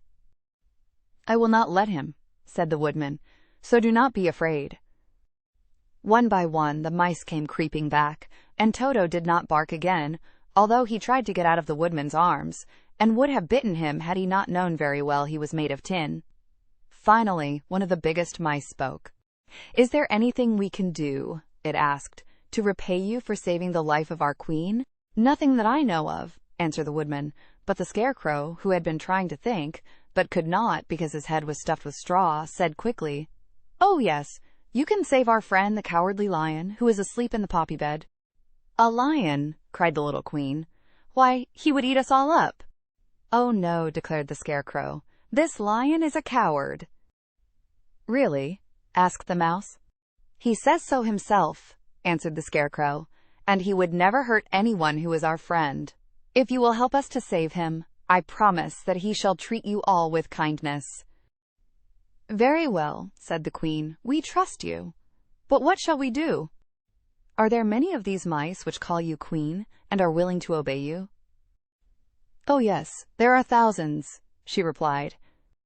"Then send for them all to come here as soon as possible, and let each one bring a long piece of string." The Queen turned to the mice that attended her, and told them to go at once and get all her people. As soon as they heard her orders, they ran away in every direction as fast as possible. "Now," said the Scarecrow to the Tin Woodman, "you must go to those trees by the riverside and make a truck that will carry the lion." So the Woodman went at once to the trees and began to work, and he soon made a truck out of the limbs of trees, from which he chopped away all the leaves and branches. He fastened it together with wooden pegs, and made the 4 wheels out of short pieces of a big tree trunk.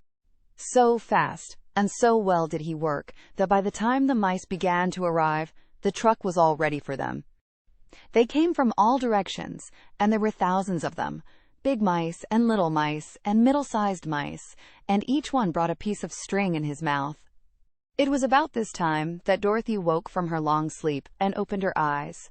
She was greatly astonished to find herself lying upon the grass, with thousands of mice standing around and looking at her timidly.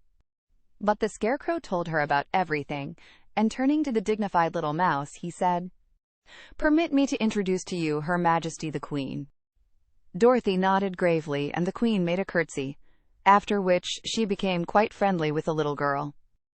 The Scarecrow and the Woodman now began to fasten the mice to the truck, using the strings they had brought.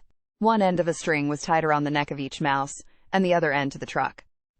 Of course, the truck was 1,000 times bigger than any of the mice who were to draw it, but when all the mice had been harnessed, they were able to pull it quite easily. Even the Scarecrow and the Tin Woodman could sit on it, and were drawn swiftly by their queer little horses to the place where the lion lay asleep. After a great deal of hard work, for the lion was heavy, they managed to get him up on the truck. Then the Queen hurriedly gave her people the order to start, for she feared if the mice stayed among the poppies too long, they also would fall asleep. At first, the little creatures, many though they were, could hardly stir the heavily loaded truck. But the Woodman and the Scarecrow both pushed from behind, and they got along better. Soon they rolled the lion out of the poppy bed to the green fields, where he could breathe the sweet, fresh air again, instead of the poisonous scent of the flowers. Dorothy came to meet them and thanked the little mice warmly for saving her companion from death. She had grown so fond of the big lion, she was glad he had been rescued. Then the mice were unharnessed from the truck and scampered away through the grass to their homes. The Queen of the Mice was the last to leave. "If ever you need us again," she said, "come out into the field and call, and we shall hear you and come to your assistance. Goodbye." "Goodbye," they all answered, and away the Queen ran, while Dorothy held Toto tightly lest he should run after her and frighten her. After this they sat down beside the lion until he should awaken, and the Scarecrow brought Dorothy some fruit from a tree nearby, which she ate for her dinner. Chapter 10. The Guardian of the Gate. It was some time before the Cowardly Lion awakened, for he had lain among the poppies a long while, breathing in their deadly fragrance. But when he did open his eyes and roll off the truck, he was very glad to find himself still alive. "I ran as fast as I could," he said, sitting down and yawning, "but the flowers were too strong for me. How did you get me out?" Then they told him of the field mice, and how they had generously saved him from death, and the Cowardly Lion laughed and said, "I have always thought myself very big and terrible, yet such little things as flowers came near to killing me, and such small animals as mice have saved my life. How strange it all is! But comrades, what shall we do now?" "We must journey on until we find the road of yellow brick again," said Dorothy, "and then we can keep on to the Emerald City." So the lion being fully refreshed and feeling quite himself again, they all started upon the journey, greatly enjoying the walk through the soft, fresh grass. And it was not long before they reached the road of yellow brick and turned again toward the Emerald City where the great Oz dwelt. The road was smooth and well paved now, and the country about was beautiful, so that the travelers rejoiced in leaving the forest far behind, and with it the many dangers they had met in its gloomy shades. Once more they could see fences built beside the road, but these were painted green, and when they came to a small house in which a farmer evidently lived, that also was painted green. They passed by several of these houses during the afternoon, and sometimes people came to the doors and looked at them as if they would like to ask questions, but no one came near them nor spoke to them because of the great lion, of which they were very much afraid. The people were all dressed in clothing of a lovely emerald green color, and wore peaked hats, like those of the Munchkins. "This must be the land of Oz," said Dorothy, "and we are surely getting near the Emerald City." "Yes," answered the Scarecrow. "Everything is green here, while in the country of the Munchkins blue was the favorite color. But the people do not seem to be as friendly as the Munchkins, and I'm afraid we shall be unable to find a place to pass the night." "I should like something to eat besides fruit," said the girl, "and I'm sure Toto is nearly starved. Let us stop at the next house and talk to the people." So, when they came to a good-sized farmhouse, Dorothy walked boldly up to the door and knocked. A woman opened it just far enough to look out and said, "What do you want, child, and why is that great lion with you?" "We wish to pass the night with you, if you will allow us," answered Dorothy, "and the lion is my friend and comrade, and would not hurt you for the world." "Is he tame?" asked the woman, opening the door a little wider. "Oh, yes," said the girl, "and he is a great coward, too. He will be more afraid of you than you are of him." "Well," said the woman, after thinking it over and taking another peep at the lion, "if that is the case, you may come in, and I will give you some supper and a place to sleep." So they all entered the house, where there were, besides the woman, 2 children and a man. The man had hurt his leg and was lying on the couch in a corner. They seemed greatly surprised to see so strange a company, and while the woman was busy laying the table, the man asked, "Where are you all going?" "To the Emerald City," said Dorothy, "to see the Great Oz." "Oh, indeed," exclaimed the man. "Are you sure that Oz will see you?" "Why not?" she replied. "Why, it is said that he never lets anyone come into his presence. I have been to the Emerald City many times, and it is a beautiful and wonderful place, but I have never been permitted to see the Great Oz, nor do I know of any living person who has seen him." "Does he never go out?" asked the Scarecrow. "Never. He sits day after day in the great throne room of his palace, and even those who wait upon him do not see him face to face." "What is he like?" asked the girl. "That is hard to tell," said the man thoughtfully. "You see, Oz is a great wizard and can take on any form he wishes, so that some say he looks like a bird, and some say he looks like an elephant, and some say he looks like a cat. To others he appears as a beautiful fairy, or a brownie, or in any other form that pleases him. But who the real Oz is, when he is in his own form, no living person can tell." "That is very strange," said Dorothy, "but we must try in some way to see him, or we shall have made our journey for nothing." "Why do you wish to see the terrible Oz?" asked the man. "I want him to give me some brains," said the Scarecrow eagerly. "Oh, Oz could do that easily enough," declared the man. "He has more brains than he needs." "And I want him to give me a heart," said the Tin Woodman. "That will not trouble him," continued the man, "for Oz has a large collection of hearts of all sizes and shapes." "And I want him to give me courage," said the Cowardly Lion. "Oz keeps a great pot of courage in his throne room," said the man, "which he has covered with a golden plate to keep it from running over. He will be glad to give you some." "And I want him to send me back to Kansas," said Dorothy. "Where is Kansas?" asked the man with surprise. "I don't know," replied Dorothy sorrowfully, "but it is my home, and I'm sure it's somewhere." "Very likely. Well, Oz can do anything, so I suppose he will find Kansas for you. But first you must get to see him, and that will be a hard task, for the Great Wizard does not like to see anyone, and he usually has his own way. But what do you want?" he continued, speaking to Toto. Toto only wagged his tail, for, strange to say, he could not speak.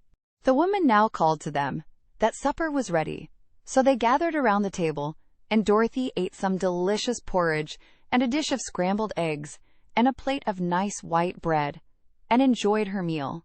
The lion ate some of the porridge, but did not care for it, saying it was made from oats, and oats were food for horses, not for lions.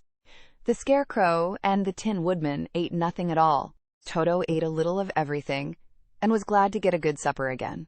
The woman now gave Dorothy a bed to sleep in, and Toto lay down beside her, while the lion guarded the door of her room so she might not be disturbed. The Scarecrow and the Tin Woodman stood up in a corner and kept quiet all night, although, of course, they could not sleep. The next morning, as soon as the sun was up, they started on their way and soon saw a beautiful green glow in the sky just before them. "That must be the Emerald City," said Dorothy. As they walked on, the green glow became brighter and brighter, and it seemed that at last they were nearing the end of their travels. Yet it was afternoon before they came to the great wall that surrounded the city. It was high and thick, and of a bright green color. In front of them, and at the end of the road of yellow brick, was a big gate, all studded with emeralds that glittered so in the sun that even the painted eyes of the Scarecrow were dazzled by their brilliancy. There was a bell beside the gate, and Dorothy pushed the button and heard a silvery tinkle sound within. Then the big gate swung slowly open, and they all passed through and found themselves in a high arched room, the walls of which glistened with countless emeralds. Before them stood a little man about the same size as the Munchkins. He was clothed all in green, from his head to his feet, and even his skin was of a greenish tint. At his side was a large green box. When he saw Dorothy and her companions, the man asked, "What do you wish in the Emerald City?" "We came here to see the Great Oz," said Dorothy. The man was so surprised at this answer that he sat down to think it over. "It has been many years since anyone asked me to see Oz," he said, shaking his head in perplexity. "He is powerful and terrible, and if you come on an idle or foolish errand to bother the wise reflections of the Great Wizard, he might be angry and destroy you all in an instant." "But it is not a foolish errand, nor an idle one," replied the Scarecrow. "It is important, and we have been told that Oz is a good wizard." "So he is," said the Green Man, "and he rules the Emerald City wisely and well. But to those who are not honest, or who approach him from curiosity, he is most terrible, and few have ever dared ask to see his face. I am the guardian of the gates, and since you demand to see the Great Oz, I must take you to his palace. But first you must put on the spectacles." "Why?" asked Dorothy. "Because if you did not wear spectacles, the brightness and glory of the Emerald City would blind you. Even those who live in the city must wear spectacles night and day. They are all locked on, for Oz so ordered it when the city was first built, and I have the only key that will unlock them." He opened the big box, and Dorothy saw that it was filled with spectacles of every size and shape. All of them had green glasses in them. The guardian of the gates found a pair that would just fit Dorothy, and put them over her eyes. There were 2 golden bands fastened to them that passed around the back of her head, where they were locked together by a little key that was at the end of a chain the guardian of the gates wore around his neck. When they were on, Dorothy could not take them off had she wished, but of course she did not wish to be blinded by the glare of the Emerald City, so she said nothing. Then the Green Man fitted spectacles for the Scarecrow and the Tin Woodman and the Lion, and even on little Toto, and all were locked fast with the key. Then the guardian of the gates put on his own glasses and told them he was ready to show them to the palace. Taking a big golden key from a peg on the wall, he opened another gate, and they all followed him through the portal into the streets of the Emerald City. Chapter 11. The Wonderful City of Oz. Even with eyes protected by the green spectacles, Dorothy and her friends were at first dazzled by the brilliancy of the wonderful city. The streets were lined with beautiful houses, all built of green marble, and studded everywhere with sparkling emeralds. They walked over a pavement of the same green marble, and where the blocks were joined together were rows of emeralds, set closely and glittering in the brightness of the sun. The window panes were of green glass. Even the sky above the city had a green tint, and the rays of the sun were green. There were many people, men, women, and children, walking about, and these were all dressed in green clothes and had greenish skins. They looked at Dorothy and her strangely assorted company with wondering eyes, and the children all ran away and hid behind their mothers when they saw the lion, but no one spoke to them. Many shops stood in the street, and Dorothy saw that everything in them was green. Green candy and green popcorn were offered for sale, as well as green shoes, green hats, and green clothes of all sorts. At one place a man was selling green lemonade, and when the children bought it, Dorothy could see that they paid for it with green pennies. There seemed to be no horses nor animals of any kind. The men carried things around in little green carts, which they pushed before them. Everyone seemed happy and contented, and prosperous. The guardian of the gates led them through the streets until they came to a big building, exactly in the middle of the city, which was the Palace of Oz, the Great Wizard. There was a soldier before the door, dressed in a green uniform and wearing a long green beard. "Here are strangers," said the guardian of the gates to him, "and they demand to see the Great Oz." "Step inside," answered the soldier, "and I will carry your message to him." So they passed through the palace gates and were led into a big room with a green carpet and lovely green furniture set with emeralds. The soldier made them all wipe their feet upon a green mat before entering this room, and when they were seated, he said politely, "Please make yourselves comfortable while I go to the door of the throne room and tell Oz you are here." They had to wait a long time before the soldier returned. When, at last, he came back, Dorothy asked, "Have you seen Oz?" "Oh, no," returned the soldier. "I have never seen him, but I spoke to him as he sat behind his screen and gave him your message." He said he will grant you an audience if you so desire, but each one of you must enter his presence alone, and he will admit but one each day. Therefore, as you must remain in the palace for several days, I will have you shown to rooms where you may rest in comfort after your journey." "Thank you," replied the girl. "That is very kind of Oz." The soldier now blew upon a green whistle, and at once a young girl, dressed in a pretty green silk gown, entered the room. She had lovely green hair and green eyes, and she bowed low before Dorothy as she said, "Follow me, and I will show you your room." So Dorothy said goodbye to all her friends except Toto, and taking the dog in her arms, followed the green girl through 7 passages and up 3 flights of stairs, until they came to a room at the front of the palace. It was the sweetest little room in the world, with a soft, comfortable bed that had sheets of green silk and a green velvet counterpane. There was a tiny fountain in the middle of the room that shot a spray of green perfume into the air to fall back into a beautifully carved green marble basin. Beautiful green flowers stood in the windows, and there was a shelf with a row of little green books. When Dorothy had time to open these books, she found them full of queer green pictures that made her laugh. They were so funny. In a wardrobe were many green dresses, made of silk and satin and velvet, and all of them fitted Dorothy exactly. "Make yourself perfectly at home," said the green girl, "and if you wish for anything, ring the bell. Oz will send for you tomorrow morning." She left Dorothy alone and went back to the others. These she also led to rooms, and each one of them found himself lodged in a very pleasant part of the palace. Of course, this politeness was wasted on the Scarecrow, for when he found himself alone in his room, he stood stupidly in one spot just within the doorway to wait till morning. It would not rest him to lie down, and he could not close his eyes. So he remained all night staring at a little spider which was weaving its web in a corner of the room, just as if it were not one of the most wonderful rooms in the world. The Tin Woodman lay down on his bed from force of habit, for he remembered when he was made of flesh. But not being able to sleep, he passed the night moving his joints up and down to make sure they kept in good working order.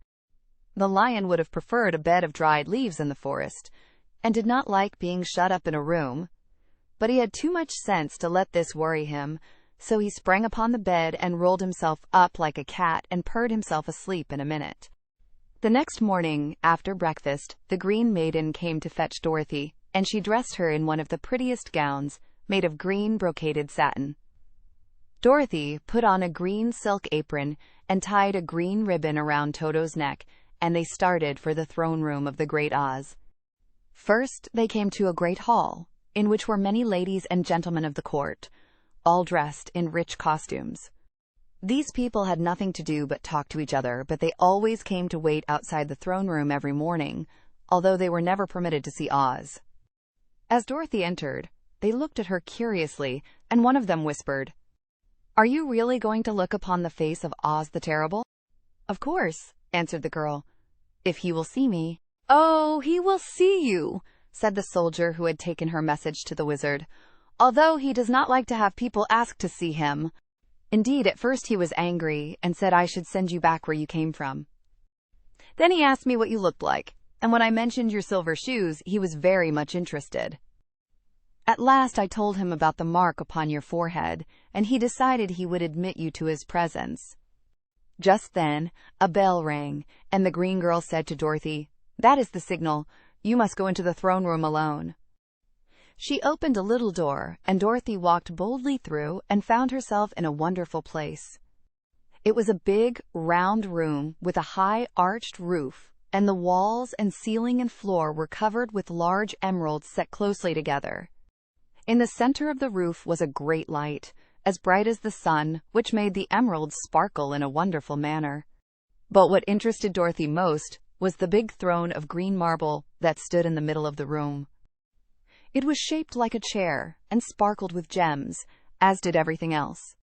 In the center of the chair was an enormous head, without a body to support it or any arms or legs whatever. There was no hair upon this head, but it had eyes and a nose and mouth, and was much bigger than the head of the biggest giant. As Dorothy gazed upon this in wonder and fear, the eyes turned slowly and looked at her sharply and steadily. Then the mouth moved, and Dorothy heard a voice say, "I am Oz, the Great and Terrible. Who are you, and why do you seek me?" It was not such an awful voice as she had expected to come from the big head, so she took courage and answered, "I am Dorothy, the small and meek. I have come to you for help." The eyes looked at her thoughtfully for a full minute. Then said the voice, "Where did you get the silver shoes?"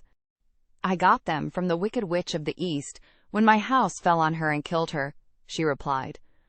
"Where did you get the mark upon your forehead?" continued the voice. "That is where the good witch of the North kissed me when she bade me goodbye and sent me to you," said the girl. Again the eyes looked at her sharply, and they saw she was telling the truth. Then Oz asked, "What do you wish me to do?" "Send me back to Kansas where my Aunt Em and Uncle Henry are," she answered earnestly. "I don't like your country, although it is so beautiful. And I am sure Aunt Em will be dreadfully worried over my being away so long." The eyes winked 3 times, and then they turned up to the ceiling and down to the floor and rolled around so queerly that they seemed to see every part of the room. And at last they looked at Dorothy again. "Why should I do this for you?" asked Oz. "Because you are strong and I am weak. Because you are a great wizard and I am only a little girl." "But you were strong enough to kill the Wicked Witch of the East," said Oz. "That just happened," returned Dorothy simply. "I could not help it." "Well," said the head, "I will give you my answer. You have no right to expect me to send you back to Kansas unless you do something for me in return. In this country, everyone must pay for everything he gets. If you wish me to use my magic power to send you home again, you must do something for me first. Help me, and I will help you." "What must I do?" asked the girl. "Kill the Wicked Witch of the West," answered Oz. "But I cannot!" exclaimed Dorothy, greatly surprised. "You killed the Witch of the East, and you wear the silver shoes, which bear a powerful charm. There is now but one wicked witch left in all this land, and when you can tell me she is dead, I will send you back to Kansas, but not before." The little girl began to weep. She was so much disappointed, and the eyes winked again and looked upon her anxiously, as if the great Oz felt that she could help him if she would. "I never killed anything willingly," she sobbed. "Even if I wanted to, how could I kill the Wicked Witch?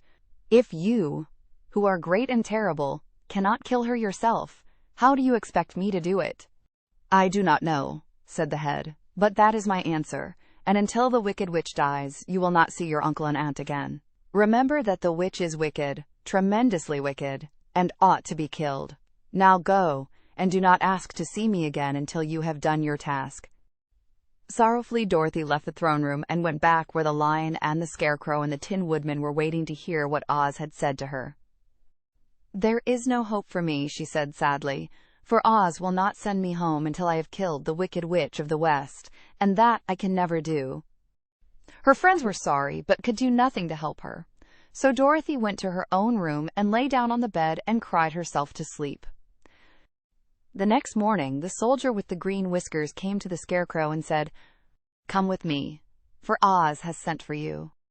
So the Scarecrow followed him and was admitted into the great throne room, where he saw, sitting in the emerald throne, a most lovely lady. She was dressed in green silk gauze and wore upon her flowing green locks a crown of jewels. Growing from her shoulders were wings, gorgeous in color and so light that they fluttered if the slightest breath of air reached them. When the Scarecrow had bowed, as prettily as his straw stuffing would let him, before this beautiful creature, she looked upon him sweetly and said, "I am Oz, the great and terrible. Who are you, and why do you seek me?" Now the Scarecrow, who had expected to see the great head Dorothy had told him of, was much astonished, but he answered her bravely, "I am only a scarecrow stuffed with straw. Therefore I have no brains, and I come to you praying that you will put brains in my head instead of straw, so that I may become as much a man as any other in your dominions." "Why should I do this for you?" asked the lady. "Because you are wise and powerful, and no one else can help me," answered the Scarecrow. "I never grant favors without some return," said Oz, "but this much I will promise. If you will kill for me the Wicked Witch of the West, I will bestow upon you a great many brains, and such good brains that you will be the wisest man in all the land of Oz." "I thought you asked Dorothy to kill the witch," said the Scarecrow in surprise. "So I did. I don't care who kills her, but until she is dead, I will not grant your wish. Now go, and do not seek me again until you have earned the brains you so greatly desire." The Scarecrow went sorrowfully back to his friends and told them what Oz had said, and Dorothy was surprised to find that the Great Wizard was not a head, as she had seen him, but a lovely lady. "All the same," said the Scarecrow, "she needs a heart as much as the Tin Woodman." On the next morning, the soldier with the green whiskers came to the Tin Woodman and said, "Oz has sent for you. Follow me." So the Tin Woodman followed him and came to the great throne room. He did not know whether he would find Oz a lovely lady or a head, but he hoped it would be the lovely lady. For he said to himself, "If it is the head, I am sure I shall not be given a heart, since a head has no heart of its own and therefore cannot feel for me. But if it is the lovely lady, I shall beg hard for a heart, for all ladies are themselves said to be kindly-hearted." But when the Woodman entered the great throne room, he saw neither the head nor the lady, for Oz had taken the shape of a most terrible beast. It was nearly as big as an elephant, and the green throne seemed hardly strong enough to hold its weight. The beast had a head like that of a rhinoceros, only there were 5 eyes in its face. There were 5 long arms growing out of its body, and it also had 5 long, slim legs. Thick, woolly hair covered every part of it, and a more dreadful-looking monster could not be imagined. It was fortunate the Tin Woodman had no heart at that moment, for it would have beat loud and fast from terror. But being only tin, the Woodman was not at all afraid, although he was much disappointed. "I am Oz, the great and terrible," spoke the beast, in a voice that was one great roar. "Who are you, and why do you seek me?" "I am a woodman and made of tin. Therefore I have no heart and cannot love. I pray you to give me a heart, that I may be as other men are." "Why should I do this?" demanded the beast. "Because I ask it, and you alone can grant my request," answered the Woodman. Oz gave a low growl at this, but said gruffly, "If you indeed desire a heart, you must earn it." "How?" asked the Woodman. "Help Dorothy to kill the Wicked Witch of the West," replied the beast. "When the witch is dead, come to me, and I will then give you the biggest and kindest and most loving heart in all the land of Oz." So the Tin Woodman was forced to return sorrowfully to his friends and tell them of the terrible beast he had seen. They all wondered greatly at the many forms the Great Wizard could take upon himself, and the Lion said, "If he is a beast when I go to see him, I shall roar my loudest, and so frighten him that he will grant all I ask. And if he is the lovely lady, I shall pretend to spring upon her, and so compel her to do my bidding. And if he is the great head, he will be at my mercy, for I will roll this head all about the room until he promises to give us what we desire. So be of good cheer, my friends, for all will yet be well." The next morning the soldier with the green whiskers led the Lion to the great throne room and bade him enter the presence of Oz.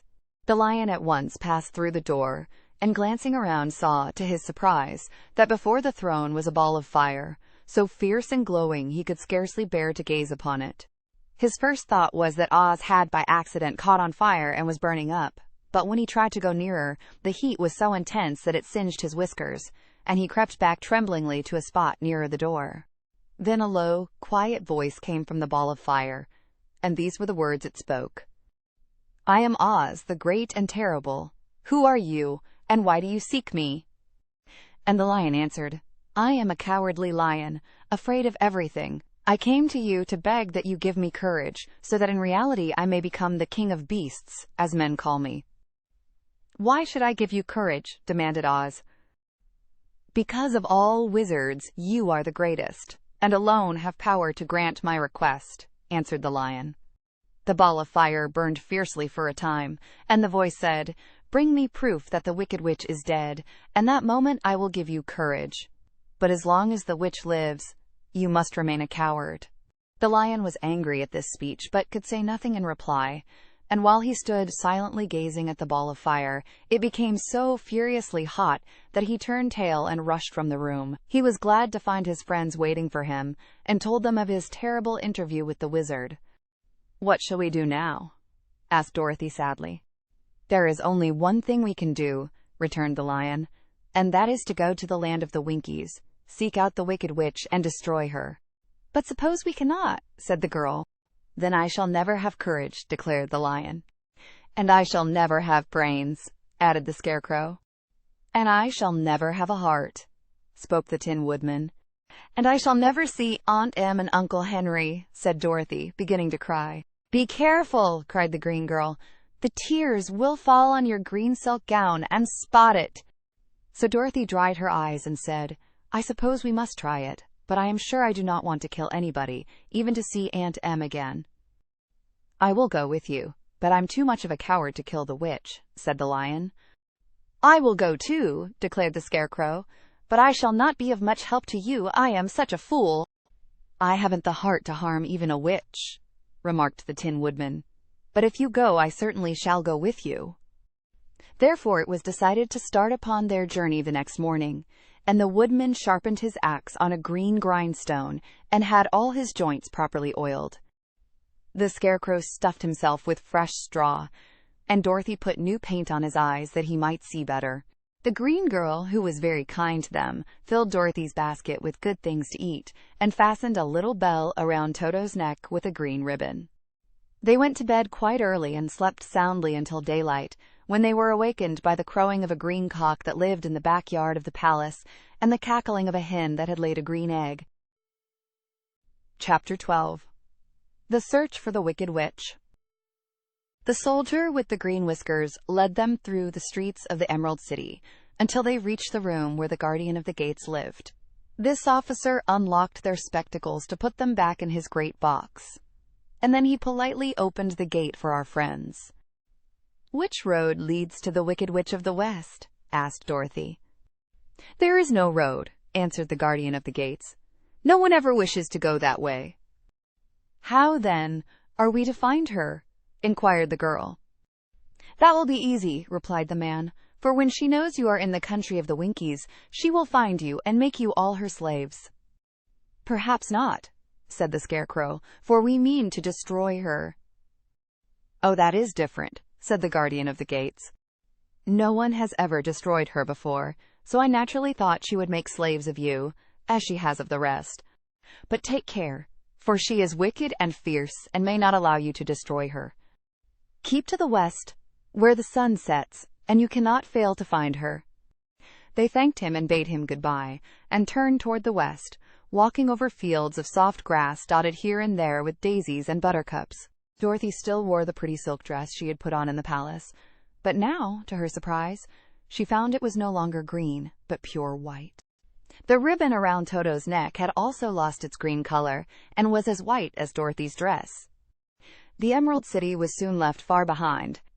As they advanced, the ground became rougher and hillier, for there were no farms nor houses in this country of the West, and the ground was untilled. In the afternoon the sun shone hot in their faces, for there were no trees to offer them shade, so that before night Dorothy and Toto and the lion were tired, and lay down upon the grass and fell asleep, with the Woodman and the Scarecrow keeping watch. Now the Wicked Witch of the West had but one eye, yet that was as powerful as a telescope and could see everywhere. So, as she sat in the door of her castle, she happened to look around and saw Dorothy lying asleep, with her friends all about her. They were a long distance off, but the Wicked Witch was angry to find them in her country, so she blew upon a silver whistle that hung around her neck. At once there came running to her from all directions a pack of great wolves. They had long legs and fierce eyes and sharp teeth. "Go to those people," said the witch, "and tear them to pieces." "Are you not going to make them your slaves?" asked the leader of the wolves. "No," she answered. "One is of tin, and one of straw. One is a girl, and another a lion. None of them is fit to work, so you may tear them into small pieces." "Very well," said the wolf, and he dashed away at full speed, followed by the others. It was lucky the Scarecrow and the Woodman were wide awake and heard the wolves coming.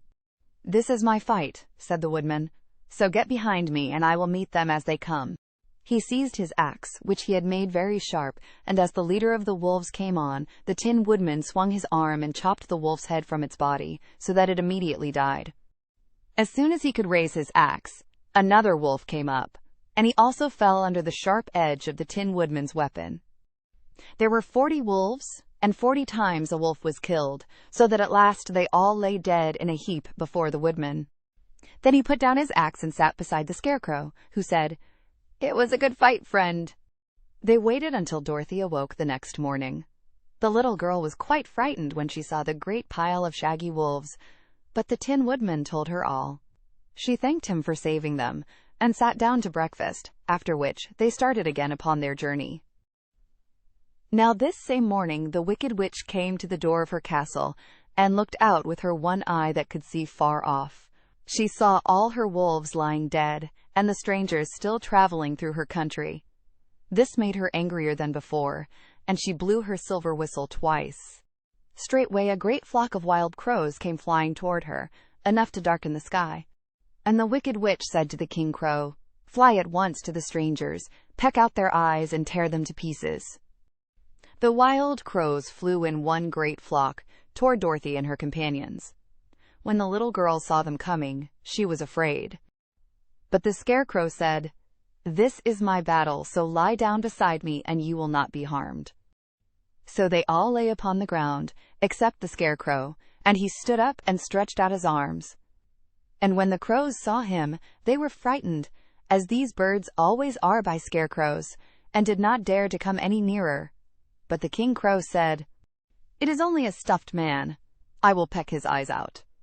The King Crow flew at the Scarecrow, who caught it by the head and twisted its neck until it died. And then another crow flew at him, and the Scarecrow twisted its neck also. There were 40 crows, and 40 times the Scarecrow twisted a neck, until at last all were lying dead beside him. Then he called to his companions to rise, and again they went upon their journey. When the Wicked Witch looked out again, and saw all her crows lying in a heap, she got into a terrible rage, and blew 3 times upon her silver whistle. Forthwith there was heard a great buzzing in the air, and a swarm of black bees came flying toward her. "Go to the strangers and sting them to death," commanded the witch, and the bees turned and flew rapidly until they came to where Dorothy and her friends were walking. But the Woodman had seen them coming, and the Scarecrow had decided what to do. "Take out my straw and scatter it over the little girl and the dog and the lion," he said to the Woodman, "and the bees cannot sting them." This the Woodman did, and as Dorothy lay close beside the lion and held Toto in her arms, the straw covered them entirely. The bees came and found no one but the Woodman to sting, so they flew at him and broke off all their stings against the tin, without hurting the Woodman at all. And as bees cannot live when their stings are broken, that was the end of the black bees, and they lay scattered thick about the Woodman, like little heaps of fine coal. Then Dorothy and the lion got up, and the girl helped the Tin Woodman put the straw back into the Scarecrow again, until he was as good as ever. So they started upon their journey once more. The Wicked Witch was so angry when she saw her black bees in little heaps like fine coal that she stamped her foot and tore her hair and gnashed her teeth. And then she called a dozen of her slaves, who were the Winkies, and gave them sharp spears, telling them to go to the strangers and destroy them. The Winkies were not a brave people, but they had to do as they were told, so they marched away until they came near to Dorothy. Then the lion gave a great roar and sprang towards them, and the poor Winkies were so frightened that they ran back as fast as they could. When they returned to the castle, the Wicked Witch beat them well with a strap, and sent them back to their work, after which she sat down to think what she should do next. She could not understand how all her plans to destroy these strangers had failed, but she was a powerful witch, as well as a wicked one, and she soon made up her mind how to act. There was in her cupboard a golden cap with a circle of diamonds and rubies running round it. This golden cap had a charm. Whoever owned it could call 3 times upon the winged monkeys, who would obey any order they were given. But no person could command these strange creatures more than 3 times. Twice already the Wicked Witch had used the charm of the cap. Once was when she had made the Winkies her slaves, and set herself to rule over their country. The winged monkeys had helped her do this. The second time was when she had fought against the great Oz himself, and driven him out of the land of the West. The winged monkeys had also helped her in doing this. Only once more could she use this golden cap, for which reason she did not like to do so until all her other powers were exhausted. But now that her fierce wolves and her wild crows and her stinging bees were gone, and her slaves had been scared away by the cowardly lion, she saw there was only one way left to destroy Dorothy and her friends. So the Wicked Witch took the golden cap from her cupboard and placed it upon her head. Then she stood upon her left foot and said, slowly, E pipe, pepe, kake. Next, she stood upon her right foot and said, Hello, hello, hello. After this, she stood upon both feet and cried in a loud voice, Ziz-zy, ziz-zik. Now the charm began to work. The sky was darkened, and a low rumbling sound was heard in the air. There was a rushing of many wings, a great chattering and laughing, and the sun came out of the dark sky to show the Wicked Witch surrounded by a crowd of monkeys, each with a pair of immense and powerful wings on his shoulders. One, much bigger than the others, seemed to be their leader. He flew close to the witch and said, You have called us for the third and last time. What do you command?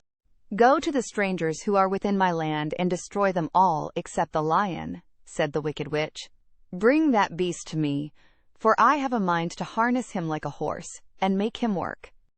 Your commands shall be obeyed, said the leader. Then, with a great deal of chattering and noise, the winged monkeys flew away to the place where Dorothy and her friends were walking. Some of the monkeys seized the Tin Woodman and carried him through the air until they were over a country thickly covered with sharp rocks. Here they dropped the poor Woodman, who fell a great distance to the rocks, where he lay so battered and dented that he could neither move nor groan. Others of the monkeys caught the Scarecrow, and with their long fingers pulled all of the straw out of his clothes and head. They made his hat and boots and clothes into a small bundle and threw it into the top branches of a tall tree. The remaining monkeys threw pieces of stout rope around the lion and wound many coils about his body and head and legs until he was unable to bite or scratch or struggle in any way. Then they lifted him up and flew away with him to the witch's castle, where he was placed in a small yard with a high iron fence around it, so that he could not escape. But Dorothy they did not harm at all. She stood, with Toto in her arms, watching the sad fate of her comrades, and thinking it would soon be her turn. The leader of the winged monkeys flew up to her, his long, hairy arms stretched out, and his ugly face grinning terribly. But he saw the mark of the good witch's kiss upon her forehead and stopped short, motioning the others not to touch her. We dare not harm this little girl, he said to them, for she is protected by the power of good, and that is greater than the power of evil. All we can do is to carry her to the castle of the Wicked Witch and leave her there. So, carefully and gently, they lifted Dorothy in their arms and carried her swiftly through the air until they came to the castle, where they set her down upon the front doorstep. Then the leader said to the witch, We have obeyed you as far as we were able. The Tin Woodman and the Scarecrow are destroyed, and the lion is tied up in your yard. The little girl we dare not harm, nor the dog she carries in her arms. Your power over our band is now ended, and you will never see us again. Then all the winged monkeys, with much laughing and chattering and noise, flew into the air and were soon out of sight. The Wicked Witch was both surprised and worried when she saw the mark on Dorothy's forehead, for she knew well that neither the winged monkeys nor she herself dare hurt the girl in any way. She looked down at Dorothy's feet, and seeing the silver shoes, began to tremble with fear, for she knew what a powerful charm belonged to them. At first the witch was tempted to run away from Dorothy, but she happened to look into the child's eyes and saw how simple the soul behind them was, and that the little girl did not know of the wonderful power the silver shoes gave her. So the Wicked Witch laughed to herself and thought, I can still make her my slave, for she does not know how to use her power. Then she said to Dorothy, harshly and severely, Come with me and see that you mind everything I tell you, for if you do not, I will make an end of you, as I did of the Tin Woodman and the Scarecrow. Dorothy followed her through many of the beautiful rooms in her castle until they came to the kitchen, where the witch bade her clean the pots and kettles and sweep the floor and keep the fire fed with wood. Dorothy went to work meekly, with her mind made up to work as hard as she could, for she was glad the Wicked Witch had decided not to kill her. With Dorothy hard at work, the witch thought she would go into the courtyard and harness the cowardly lion like a horse. It would amuse her, she was sure, to make him draw her chariot whenever she wished to go to drive. But as she opened the gate, the lion gave a loud roar and bounded at her so fiercely that the witch was afraid, and ran out and shut the gate again. "If I cannot harness you," said the witch to the lion, speaking through the bars of the gate, "I can starve you. You shall have nothing to eat until you do as I wish." So after that she took no food to the imprisoned lion, but every day she came to the gate at noon and asked, "Are you ready to be harnessed like a horse?" And the lion would answer, "No. If you come in this yard, I will bite you." The reason the lion did not have to do as the witch wished was that every night, while the woman was asleep, Dorothy carried him food from the cupboard. After he had eaten, he would lie down on his bed of straw, and Dorothy would lie beside him and put her head on his soft, shaggy mane, while they talked of their troubles and tried to plan some way to escape. But they could find no way to get out of the castle, for it was constantly guarded by the yellow Winkies, who were the slaves of the Wicked Witch, and too afraid of her not to do as she told them. The girl had to work hard during the day, and often the witch threatened to beat her with the same old umbrella she always carried in her hand. But, in truth, she did not dare to strike Dorothy because of the mark upon her forehead. The child did not know this, and was full of fear for herself and Toto. Once the witch struck Toto a blow with her umbrella, and the brave little dog flew at her and bit her leg in return. The witch did not bleed where she was bitten, for she was so wicked that the blood in her had dried up many years before. Dorothy's life became very sad, as she grew to understand that it would be harder than ever to get back to Kansas and Aunt Em again. Sometimes she would cry bitterly for hours, with Toto sitting at her feet and looking into her face, whining dismally to show how sorry he was for his little mistress. Toto did not really care whether he was in Kansas or the Land of Oz, so long as Dorothy was with him. But he knew the little girl was unhappy, and that made him unhappy too. Now the Wicked Witch had a great longing to have for her own the silver shoes which the girl always wore. Her bees and her crows and her wolves were lying in heaps and drying up, and she had used up all the power of the golden cap, but if she could only get hold of the silver shoes, they would give her more power than all the other things she had lost. She watched Dorothy carefully to see if she ever took off her shoes, thinking she might steal them. But the child was so proud of her pretty shoes that she never took them off except at night and when she took her bath. The witch was too much afraid of the dark to dare go in Dorothy's room at night to take the shoes, and her dread of water was greater than her fear of the dark, so she never came near when Dorothy was bathing. Indeed, the old witch never touched water, nor ever let water touch her in any way. But the wicked creature was very cunning, and she finally thought of a trick that would give her what she wanted.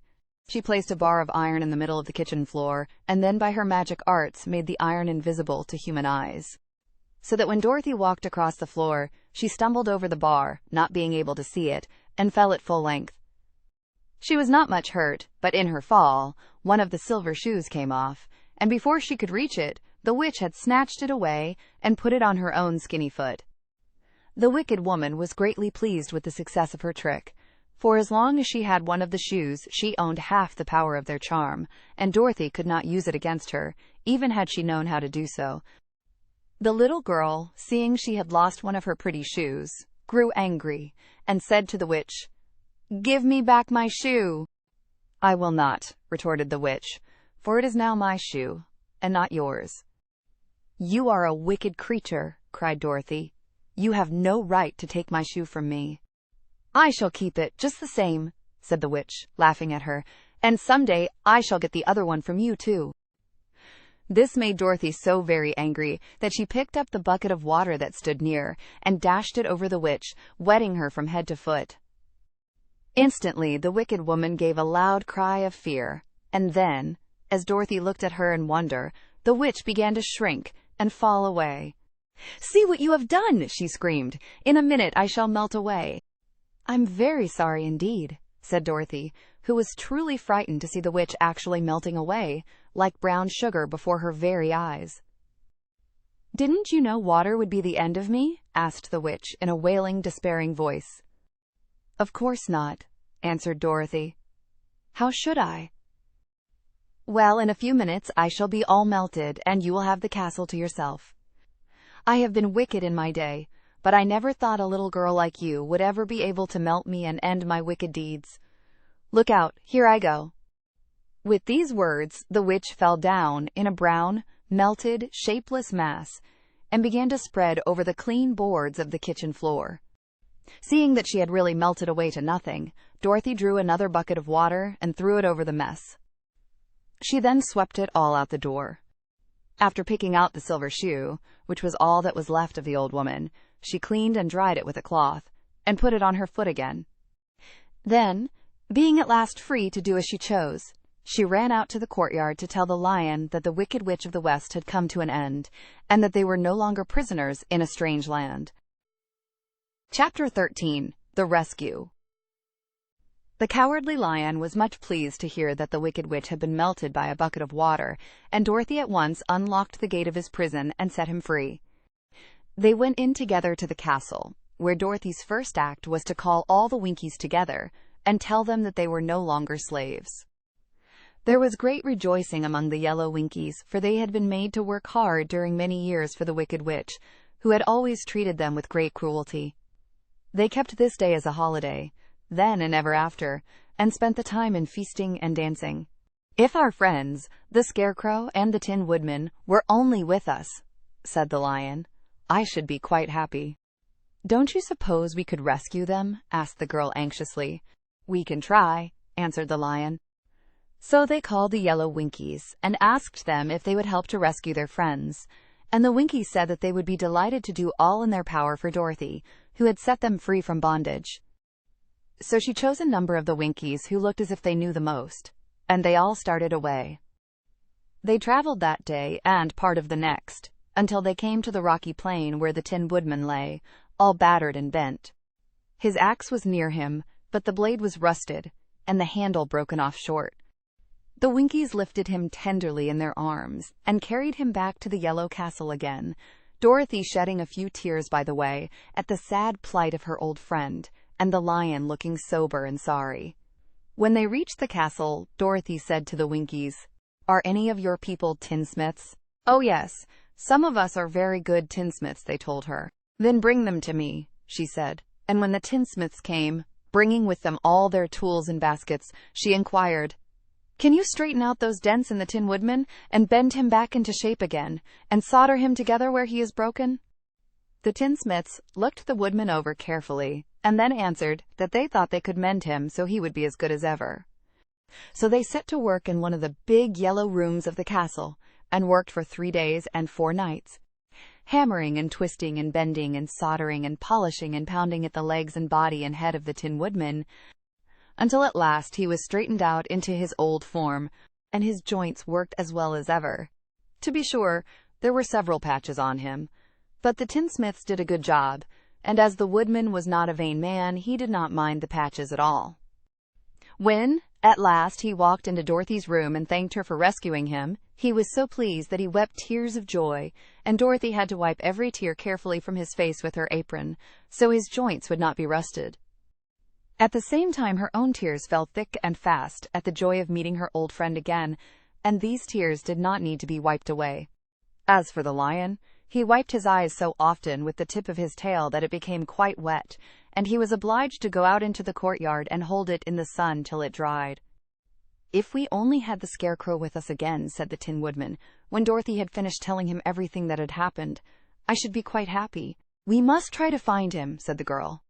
So she called the Winkies to help her, and they walked all that day and part of the next until they came to the tall tree in the branches of which the winged monkeys had tossed the Scarecrow's clothes.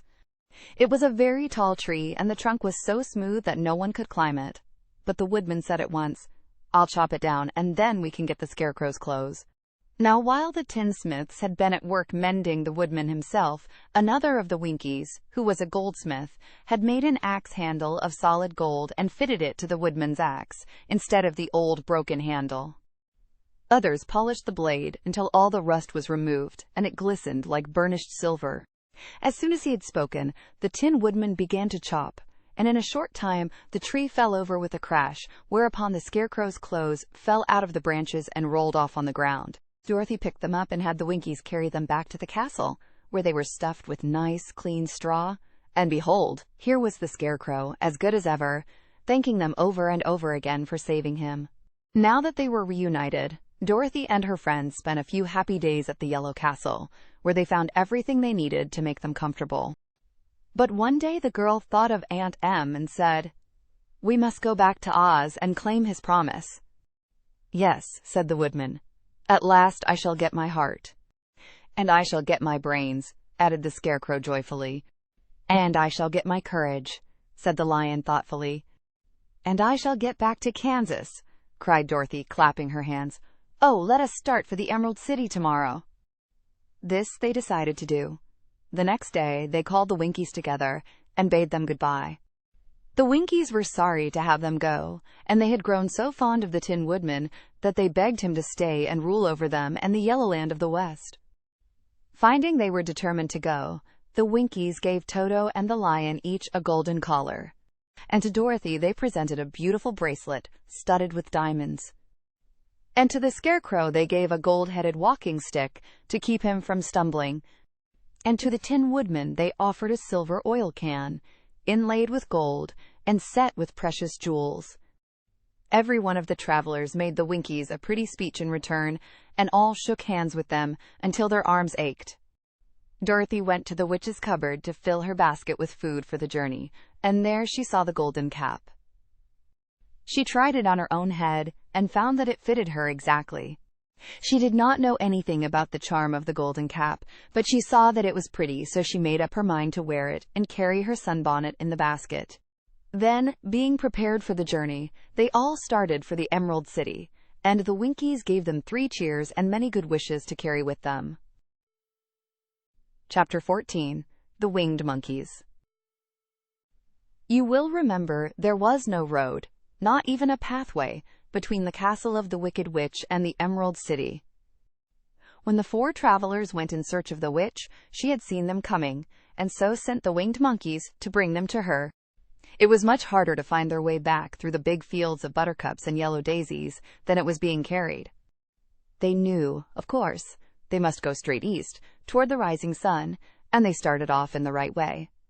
But at noon, when the sun was over their heads, they did not know which was east and which was west, and that was the reason they were lost in the great fields. They kept on walking, however, and at night the moon came out and shone brightly.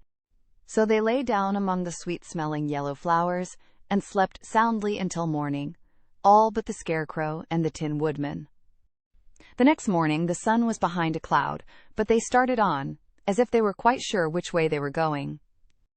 "If we walk far enough," said Dorothy, "I am sure we shall sometime come to some place." But day by day passed away, and they still saw nothing before them but the scarlet fields. The Scarecrow began to grumble a bit. "We have surely lost our way," he said, "and unless we find it again in time to reach the Emerald City, I shall never get my brains." "Nor I my heart," declared the Tin Woodman. "It seems to me I can scarcely wait till I get to Oz, and you must admit this is a very long journey." "You see," said the Cowardly Lion with a whimper, "I haven't the courage to keep tramping forever, without getting anywhere at all." Then Dorothy lost heart. She sat down on the grass and looked at her companions, and they sat down and looked at her, and Toto found that for the first time in his life he was too tired to chase a butterfly that flew past his head. So he put out his tongue and panted and looked at Dorothy as if to ask what they should do next. "Suppose we call the field mice," she suggested. "They could probably tell us the way to the Emerald City." "To be sure they could," cried the Scarecrow. "Why didn't we think of that before?"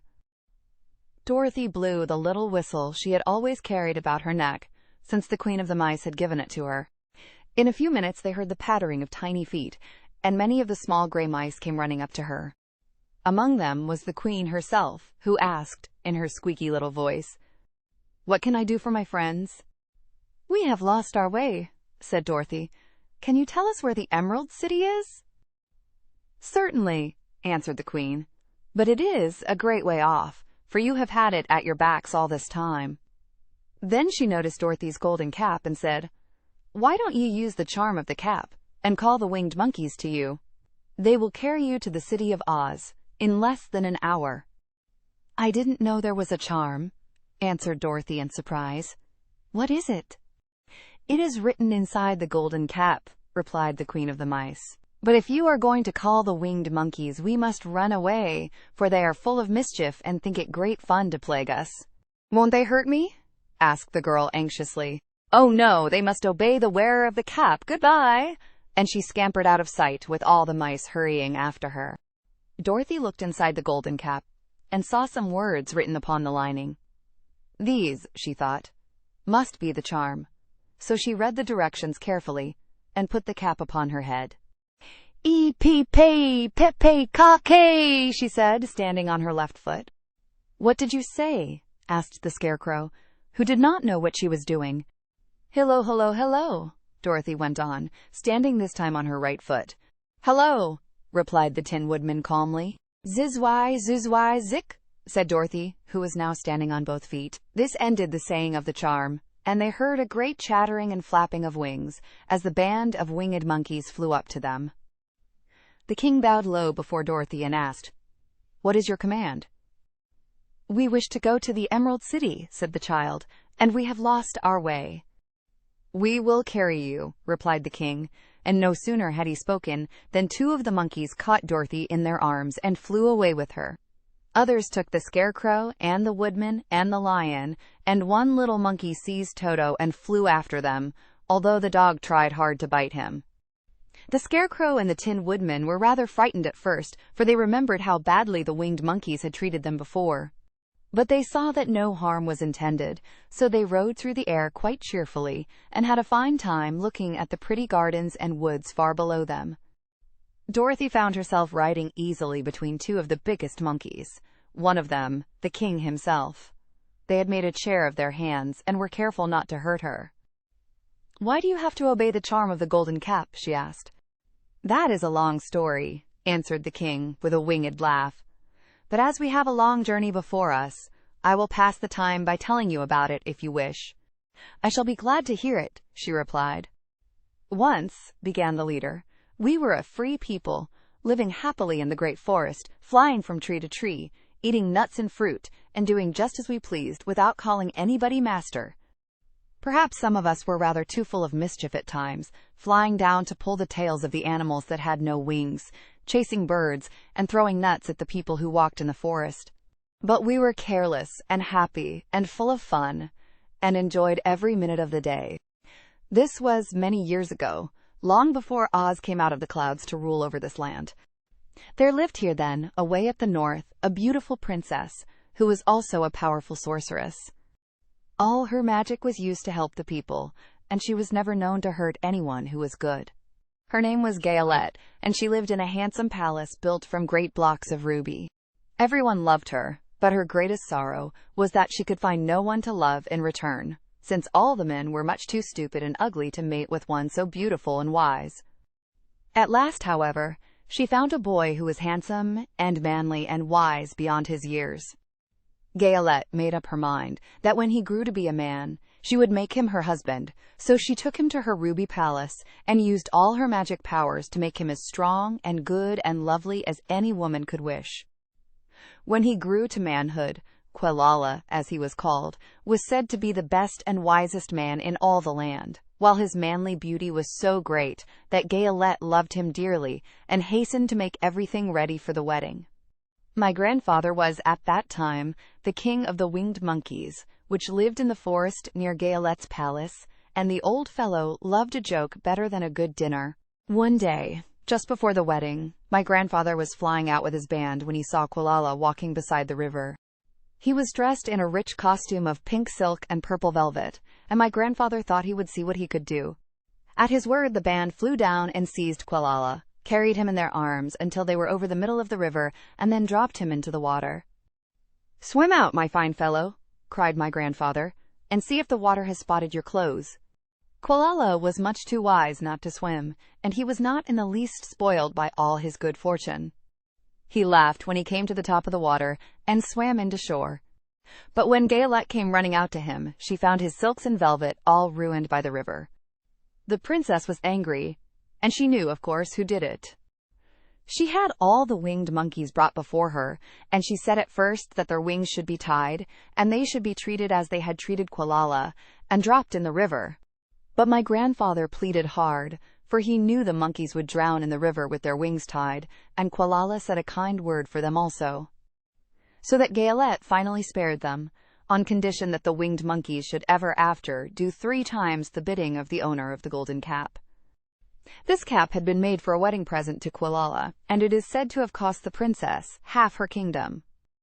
Of course, my grandfather and all the other monkeys at once agreed to the condition, and that is how it happens that we are 3 times the slaves of the owner of the golden cap, whosoever he may be. And what became of them? Asked Dorothy, who had been greatly interested in the story. Quilala being the first owner of the golden cap, replied the monkey. He was the first to lay his wishes upon us. As his bride could not bear the sight of us, he called us all to him in the forest after he had married her, and ordered us always to keep where she could never again set eyes on a winged monkey, which we were glad to do, for we were all afraid of her. This was all we ever had to do, until the golden cap fell into the hands of the wicked witch of the West, who made us enslave the Winkies, and afterward drive Oz himself out of the land of the West. Now the golden cap is yours, and 3 times you have the right to lay your wishes upon us. As the Monkey King finished his story, Dorothy looked down and saw the green, shining walls of the Emerald City before them. She wondered at the rapid flight of the monkeys, but was glad the journey was over. The strange creatures set the travelers down carefully. Before the gate of the city, the king bowed low to Dorothy, and then flew swiftly away, followed by all his band. "That was a good ride," said the little girl. "Yes, and a quick way out of our troubles," replied the lion. "How lucky it was you brought away that wonderful cap." Chapter 15. The Discovery of Oz, the Terrible. The 4 travelers walked up to the great gate of Emerald City and rang the bell. After ringing several times, it was opened by the same guardian of the gates they had met before. "What? Are you back again?" he asked in surprise. "Do you not see us?" answered the Scarecrow. "But I thought you had gone to visit the Wicked Witch of the West." "We did visit her," said the Scarecrow. "And she let you go again?" asked the man in wonder. "She could not help it, for she is melted," explained the Scarecrow. "Melted! Well, that is good news indeed," said the man. "Who melted her?" "It was Dorothy," said the lion gravely. "Good gracious!" exclaimed the man, and he bowed very low indeed before her. Then he led them into his little room, and locked the spectacles from the great box on all their eyes, just as he had done before. Afterward they passed on through the gate into the Emerald City. When the people heard from the guardian of the gates that Dorothy had melted the Wicked Witch of the West, they all gathered around the travelers and followed them in a great crowd to the Palace of Oz. The soldier with the green whiskers was still on guard before the door, but he let them in at once, and they were again met by the beautiful green girl, who showed each of them to their old rooms at once, so they might rest until the great Oz was ready to receive them. The soldier had the news carried straight to Oz that Dorothy and the other travelers had come back again, after destroying the Wicked Witch, but Oz made no reply. They thought the great wizard would send for them at once, but he did not. They had no word from him the next day, nor the next, nor the next. The waiting was tiresome and wearing, and at last they grew vexed that Oz should treat them in so poor a fashion, after sending them to undergo hardships and slavery. So the Scarecrow at last asked the green girl to take another message to Oz, saying if he did not let them in to see him at once, they would call the winged monkeys to help them, and find out whether he kept his promises or not. When the wizard was given this message, he was so frightened that he sent word for them to come to the throne room at 4 minutes after 9 o'clock the next morning. He had once met the winged monkeys in the land of the West, and he did not wish to meet them again. The 4 travelers passed a sleepless night, each thinking of the gift Oz had promised to bestow on him. Dorothy fell asleep only once, and then she dreamed she was in Kansas, where Aunt Em was telling her how glad she was to have her little girl at home again. Promptly, at 9 o'clock the next morning, the green-whiskered soldier came to them, and 4 minutes later they all went into the throne room of the great Oz. Of course, each one of them expected to see the wizard in the shape he had taken before, and all were greatly surprised when they looked about and saw no one at all in the room. They kept close to the door and closer to one another, for the stillness of the empty room was more dreadful than any of the forms they had seen Oz take. Presently they heard a solemn voice that seemed to come from somewhere near the top of the great dome, and it said, "I am Oz, the great and terrible. Why do you seek me?" They looked again in every part of the room, and then, seeing no one, Dorothy asked, "Where are you?" "I'm everywhere," answered the voice, "but to the eyes of common mortals, I am invisible. I will now seat myself upon my throne, that you may converse with me." Indeed, the voice seemed just then to come straight from the throne itself, so they walked toward it and stood in a row while Dorothy said, "We have come to claim our promise, O Oz." "What promise?" asked Oz. "You promised to send me back to Kansas when the Wicked Witch was destroyed," said the girl. "And you promised to give me brains," said the Scarecrow. "And you promised to give me a heart," said the Tin Woodman. "And you promised to give me courage," said the Cowardly Lion. "Is the Wicked Witch really destroyed?" asked the voice, and Dorothy thought it trembled a little. "Yes," she answered. "I melted her with a bucket of water." "Dear me," said the voice. "How sudden! Well, come to me tomorrow, for I must have time to think it over." "You've had plenty of time already," said the Tin Woodman angrily. "We shan't wait a day longer," said the Scarecrow. "You must keep your promises to us," exclaimed Dorothy. The lion thought it might be as well to frighten the wizard, so he gave a large, loud roar, which was so fierce and dreadful that Toto jumped away from him in alarm and tipped over the screen that stood in a corner. As it fell with a crash, they looked that way, and the next moment all of them were filled with wonder. For they saw, standing in just the spot the screen had hidden, a little old man with a bald head and a wrinkled face, who seemed to be as much surprised as they were. The Tin Woodman, raising his axe, rushed toward the little man and cried out, "Who are you?" "I am Oz, the great and terrible," said the little man in a trembling voice. "But don't strike me. Please don't, and I'll do anything you want me to." Our friends looked at him in surprise and dismay. "I thought Oz was a great head," said Dorothy. "And I thought Oz was a lovely lady," said the Scarecrow. "And I thought Oz was a terrible beast," said the Tin Woodman. "And I thought Oz was a ball of fire," exclaimed the lion. "No, you are all wrong," said the little man meekly. "I have been making believe." "Making believe!" cried Dorothy. "Are you not a great wizard?" "Hush, my dear," he said. "Don't speak so loud, or you will be overheard, and I should be ruined. I'm supposed to be a great wizard." "And aren't you?" she asked. "Not a bit of it, my dear. I'm just a common man." "You're more than that," said the Scarecrow in a grieved tone. "You're a humbug." "Exactly so," declared the little man, rubbing his hands together as if it pleased him. "I am a humbug." "But this is terrible," said the Tin Woodman. "How shall I ever get my heart?" "Or I my courage?" asked the lion. "Or I my brains?" wailed the Scarecrow, wiping the tears from his eyes with his coat sleeve. "My dear friends," said Oz, "I pray you not to speak of these little things. Think of me, and the terrible trouble I'm in at being found out." "Doesn't anyone else know you're a humbug?" asked Dorothy. "No one knows it but you four, and myself," replied Oz. "I have fooled everyone so long that I thought I should never be found out. It was a great mistake my ever letting you into the throne room. Usually I will not see even my subjects, and so they believe I am something terrible." "But I don't understand," said Dorothy in bewilderment. "How was it that you appeared to me as a great head?" "That was one of my tricks," answered Oz. "Step this way, please, and I will tell you all about it." He led the way to a small chamber in the rear of the throne room, and they all followed him. He pointed to one corner, in which lay the great head, made out of many thicknesses of paper, and with a carefully painted face. "This I hung from the ceiling by a wire," said Oz. "I stood behind the screen and pulled a thread, to make the eyes move and the mouth open." "But how about the voice?" she inquired. "Oh, I am a ventriloquist," said the little man. "I can throw the sound of my voice wherever I wish so that you thought it was coming out of the head. Here are the other things I used to deceive you."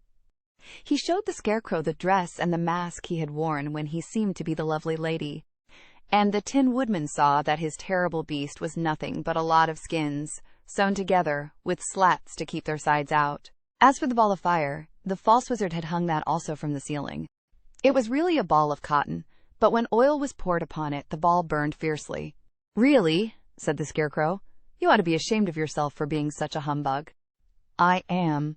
I certainly am," answered the little man sorrowfully, "but it was the only thing I could do. Sit down, please. There are plenty of chairs, and I will tell you my story." So they sat down and listened while he told the following tale. "I was born in Omaha." "Why, that isn't very far from Kansas," cried Dorothy. "No, but it's farther from here," he said, shaking his head at her sadly. "When I grew up, I became a ventriloquist, and at that I was very well trained by a great master. I can imitate any kind of a bird or beast."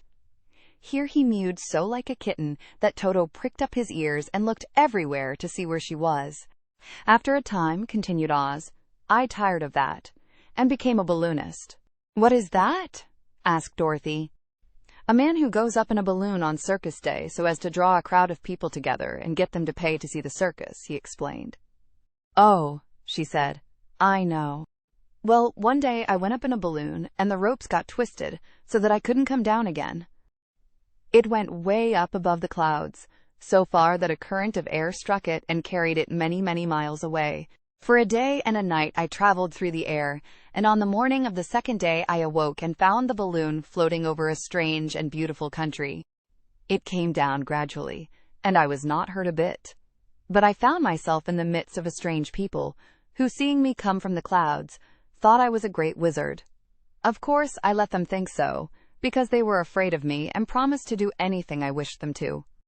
Just to amuse myself and keep the good people busy, I ordered them to build this city and my palace, and they did it all willingly and well. Then I thought, as the country was so green and beautiful, I would call it the Emerald City, and to make the name fit better, I put green spectacles on all the people, so that everything they saw was green." "But isn't everything here green?" asked Dorothy. "No more than in any other city," replied Oz. "But when you wear green spectacles, why, of course, everything you see looks green to you." "The Emerald City was built a great many years ago, for I was a young man when the balloon brought me here, and I am a very old man now. But my people have worn green glasses on their eyes so long that most of them think it really is an Emerald City, and it certainly is a beautiful place, abounding in jewels and precious metals, and every good thing that is needed to make one happy. I have been good to the people, and they like me, but ever since this palace was built, I have shut myself up and would not see any of them. One of my greatest fears was the witches, for while I had no magical powers at all, I soon found out that the witches were really able to do wonderful things. There were 4 of them in this country, and they ruled the people who live in the north and south and east and west. Fortunately, the witches of the north and south were good, and I knew they would do me no harm. But the witches of the east and west were terribly wicked, and had they not thought I was more powerful than they themselves, they would surely have destroyed me. As it was, I lived in deadly fear of them for many years, so you can imagine how pleased I was when I heard your house had fallen on the wicked witch of the east. When you came to me, I was willing to promise anything if you would only do away with the other witch, but now that you have melted her, I am ashamed to say that I cannot keep my promises." "I think you are a very bad man," said Dorothy. "Oh no, my dear, I'm really a very good man, but I'm a very bad wizard, I must admit." "Can't you give me brains?" asked the Scarecrow. "You don't need them. You are learning something every day. A baby has brains, but it doesn't know much. Experience is the only thing that brings knowledge, and the longer you are on Earth, the more experience you are sure to get." "That may all be true," said the Scarecrow, "but I shall be very unhappy unless you give me brains." The false wizard looked at him carefully. "Well," he said with a sigh, "I'm not much of a magician, as I said, but if you will come to me tomorrow morning, I will stuff your head with brains. I cannot tell you how to use them, however. You must find that out for yourself." "Oh, thank you, cried the Scarecrow. "I'll find a way to use them, never fear." "But how about my courage?" asked the Lion anxiously. "You have plenty of courage, I am sure," answered Oz. All you need is confidence in yourself. There is no living thing that is not afraid when it faces danger. The true courage is in facing danger when you are afraid. And that kind of courage you have in plenty." "Perhaps I have, but I'm scared just the same," said the lion. "I shall really be very unhappy unless you give me the sort of courage that makes one forget he is afraid." "Very well, I will give you that sort of courage tomorrow," replied Oz. "How about my heart?" asked the Tin Woodman. "Why, as for that," answered Oz, "I think you are wrong to want a heart. It makes most people unhappy. If you only knew it, you are in luck not to have a heart." "That must be a matter of opinion," said the Tin Woodman. "For my part, I will bear all the unhappiness without a murmur, if you will give me the heart." "Very well," answered Oz meekly. "Come to me tomorrow, and you shall have a heart. I have played wizard for so many years that I may as well continue the part a little longer." "And now," said Dorothy, "how am I to get back to Kansas?" "We shall have to think about that," replied the little man. "Give me 2 or 3 days to consider the matter, and I'll try to find a way to carry you over the desert. In the meantime, you shall all be treated as my guests, and while you live in the palace, my people will wait upon you and obey your slightest wish. There is only one thing I ask in return for my help, such as it is. You must keep my secret and tell no one. I am a humbug." They agreed to say nothing of what they had learned, and went back to their rooms in high spirits. Even Dorothy had hoped that the great and terrible Humbug, as she called him, would find a way to send her back to Kansas, and if he did, she was willing to forgive him everything. Chapter 16. The Magic Art of the Great Humbug. Next morning, the Scarecrow said to his friends, "Congratulate me. I am going to Oz to get my brains at last. When I return, I shall be as other men are." "I have always liked you as you were," said Dorothy simply. "It is kind of you to like a scarecrow," he replied. "But surely you will think more of me when you hear the splendid thoughts my new brain is going to turn out." Then he said goodbye to them all in a cheerful voice and went to the throne room, where he rapped upon the door. "Come in," said Oz. The Scarecrow went in and found the little man sitting down by the window, engaged in deep thought. "I have come for my brains," remarked the Scarecrow, a little uneasily. "Oh, yes, sit down in that chair, please," replied Oz. "You must excuse me for taking your head off, but I shall have to do it in order to put your brains in their proper place." "That's all right," said the Scarecrow. "You are quite welcome to take my head off, as long as it will be a better one when you put it on again." So the wizard unfastened his head and emptied out the straw. Then he entered the back room and took up a measure of bran, which he mixed with a great many pins and needles. Having shaken them together thoroughly, he filled the top of the Scarecrow's head with the mixture and stuffed the rest of the space with straw to hold it in place. When he had fastened the Scarecrow's head on his body again, he said to him, "Hereafter you will be a great man, for I have given you a lot of brand new brains." The Scarecrow was both pleased and proud at the fulfillment of his greatest wish, and having thanked Oz warmly, he went back to his friends. Dorothy looked at him curiously. His head was quite bulged out at the top with brains. "How do you feel?" she asked. "I feel wise indeed," he answered earnestly. "When I get used to my brains, I shall know everything." "Why are those needles and pins sticking out of your head?" asked the Tin Woodman. "That is proof that he is sharp," remarked the Lion. "Well, I must go to Oz and get my heart," said the Woodman. So he walked to the throne room and knocked at the door. "Come in," called Oz, and the Woodman entered and said, "I have come for my heart." "Very well," answered the little man, "but I shall have to cut a hole in your breast so I can put your heart in the right place. I hope it won't hurt you." "Oh, no," answered the Woodman. "I shall not feel it at all." So Oz brought a pair of tinsmith's shears and cut a small, square hole in the left side of the Tin Woodman's breast. Then, going to a chest of drawers, he took out a pretty heart, made entirely of silk and stuffed with sawdust. "Isn't it a beauty?" he asked. "It is indeed," replied the Woodman, who was greatly pleased.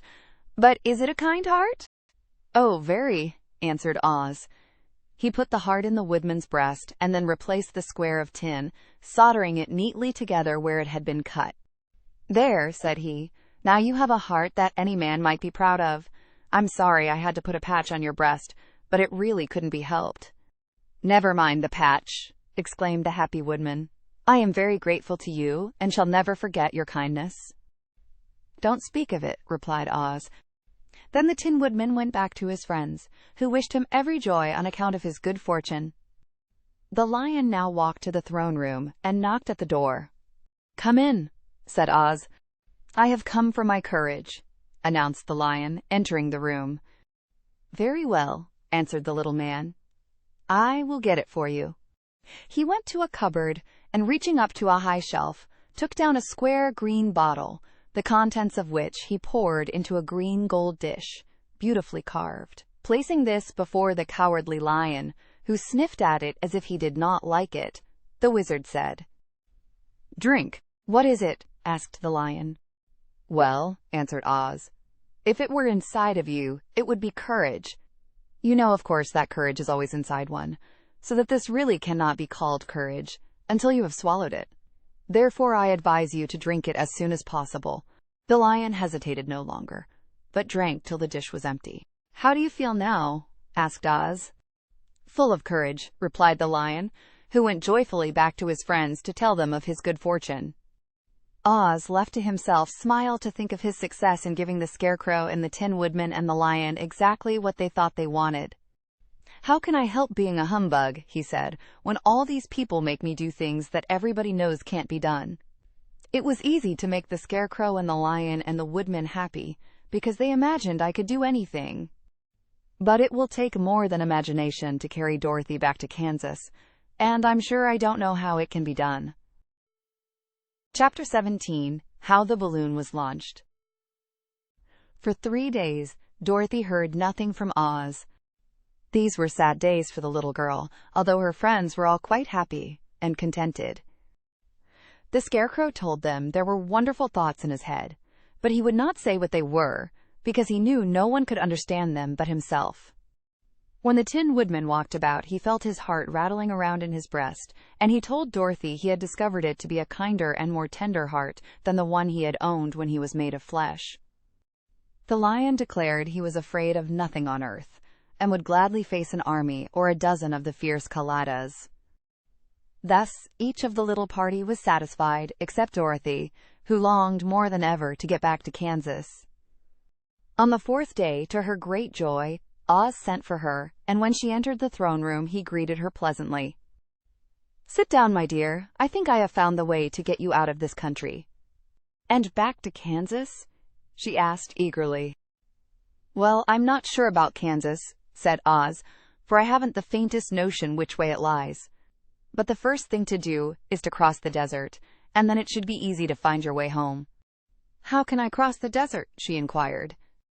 "Well, I'll tell you what I think," said the little man.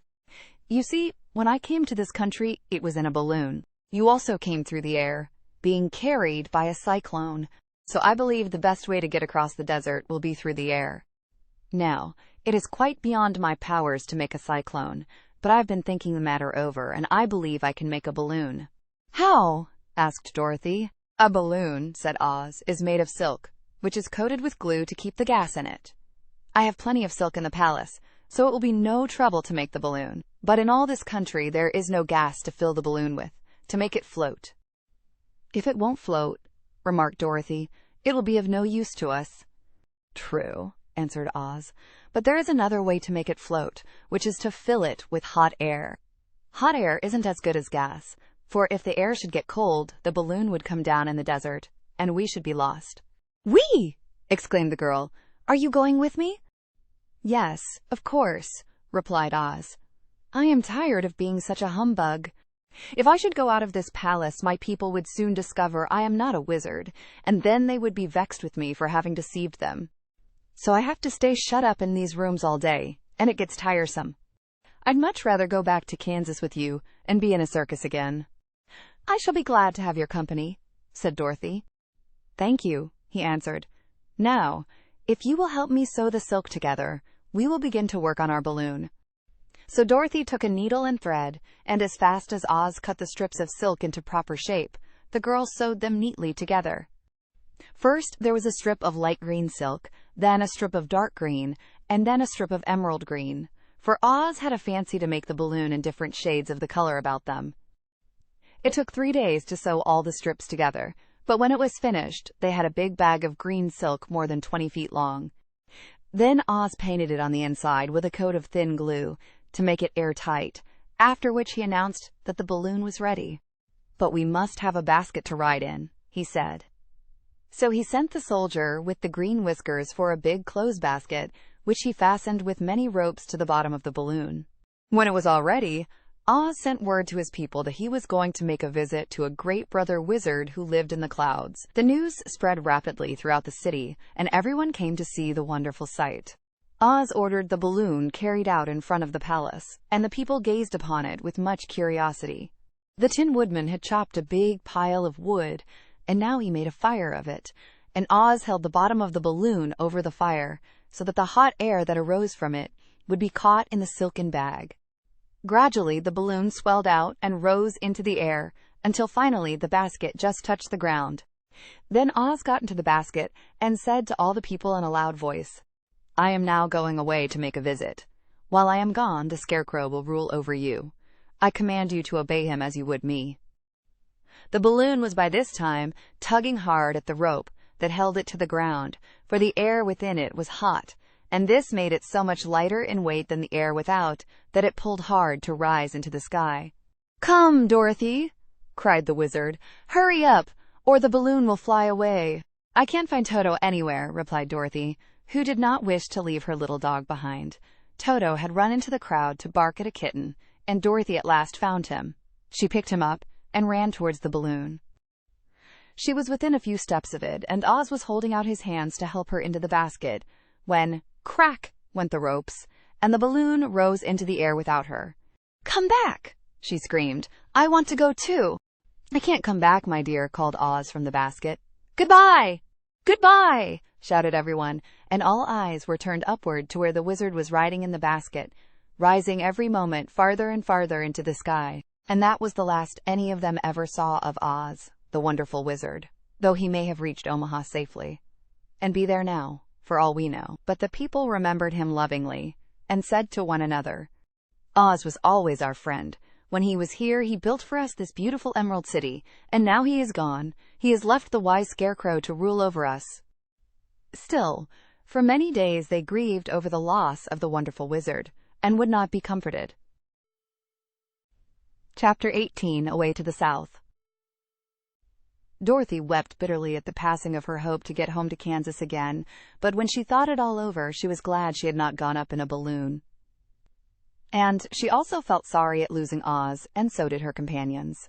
The Tin Woodman came to her and said, "Truly I should be ungrateful if I failed to mourn for the man who gave me my lovely heart. I should like to cry a little because Oz is gone, if you will kindly wipe away my tears, so that I shall not rust."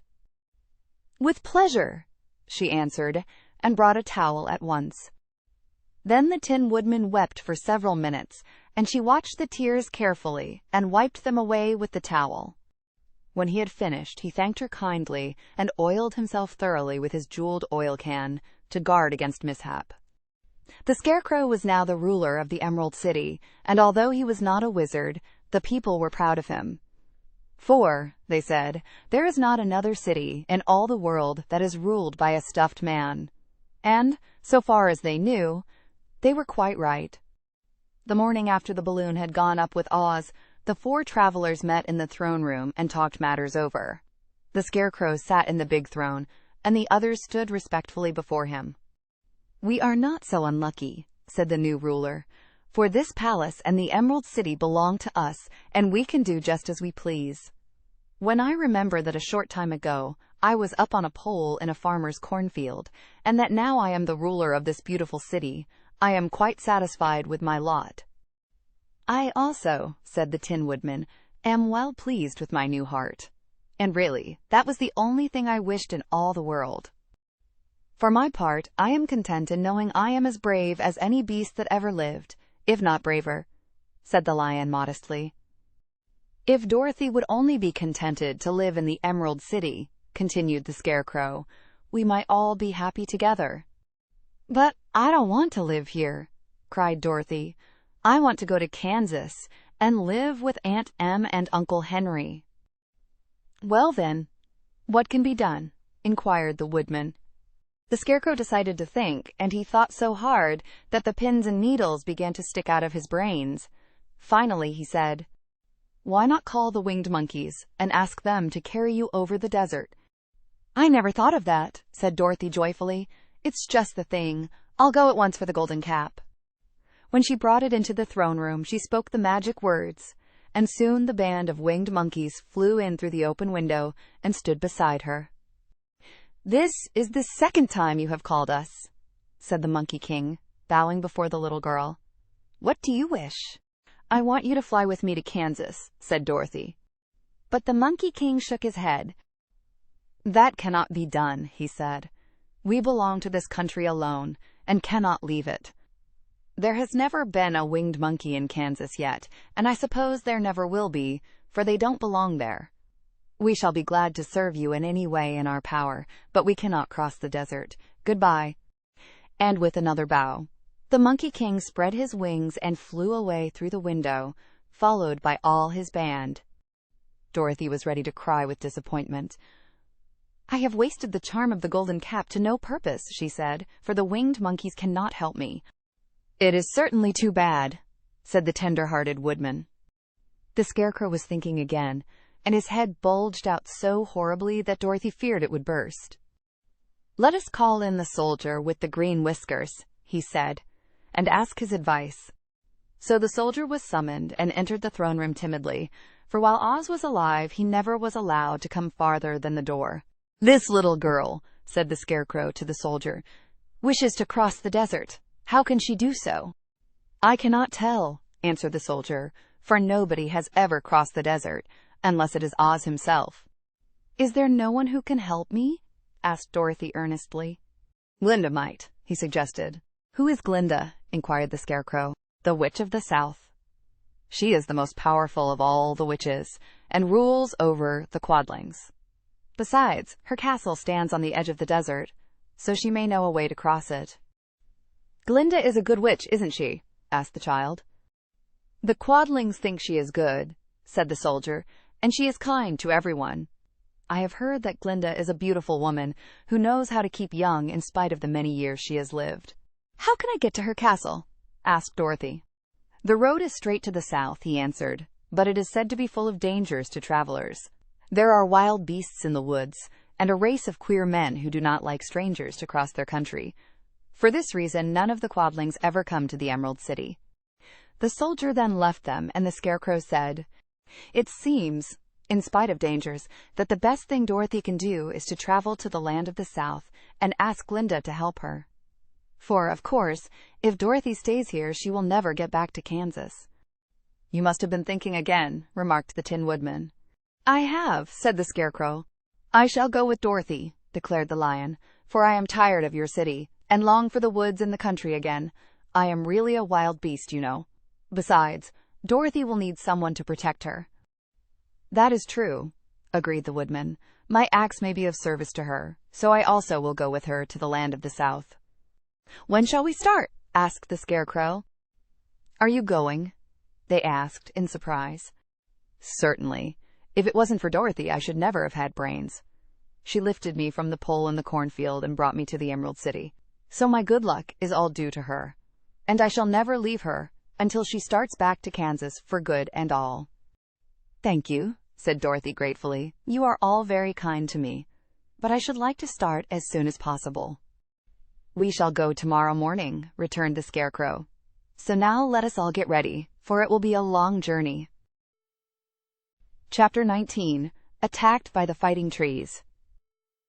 The next morning, Dorothy kissed the pretty green girl goodbye, and they all shook hands with the soldier with the green whiskers, who had walked with them as far as the gate.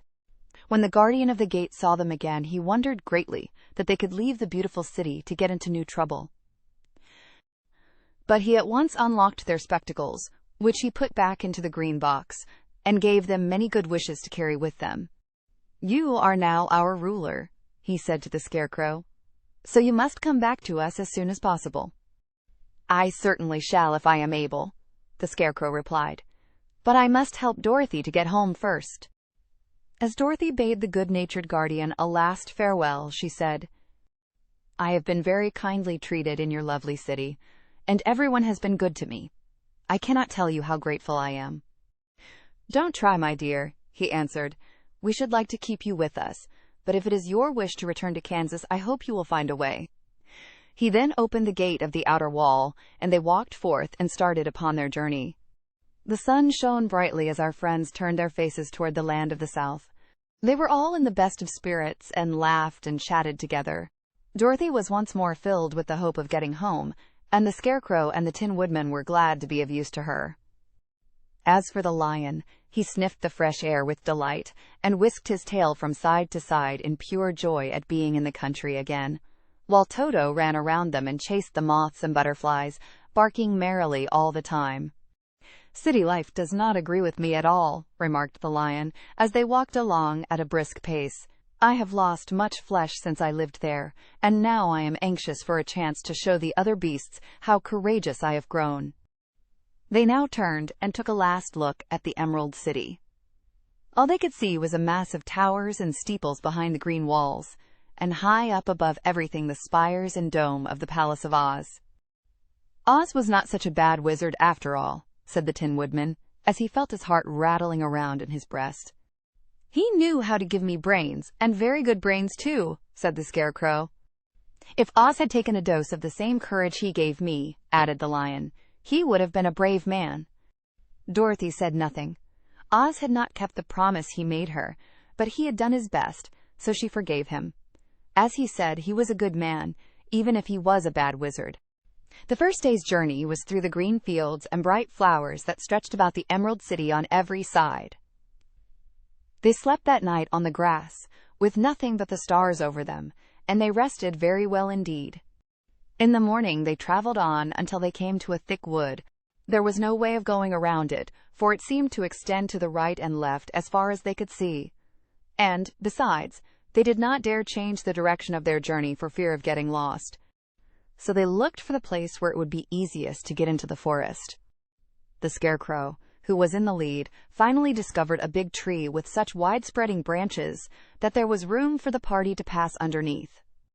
So he walked forward to the tree, but just as he came under the first branches, they bent down and twined around him, and the next minute he was raised from the ground and flung headlong among his fellow travelers.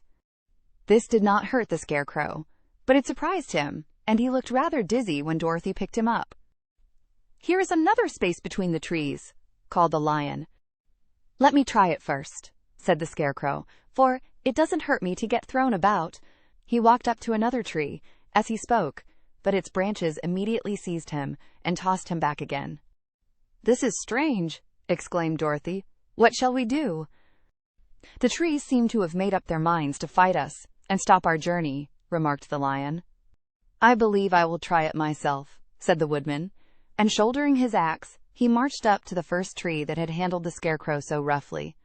When a big branch bent down to seize him, the Woodman chopped at it so fiercely that he cut it in two. At once, the tree began shaking all its branches as if in pain, and the Tin Woodman passed safely under it. "Come on," he shouted to the others. "Be quick!" They all ran forward and passed under the tree without injury, except Toto, who was caught by a small branch and shaken until he howled. But the Woodman promptly chopped off the branch and set the little dog free.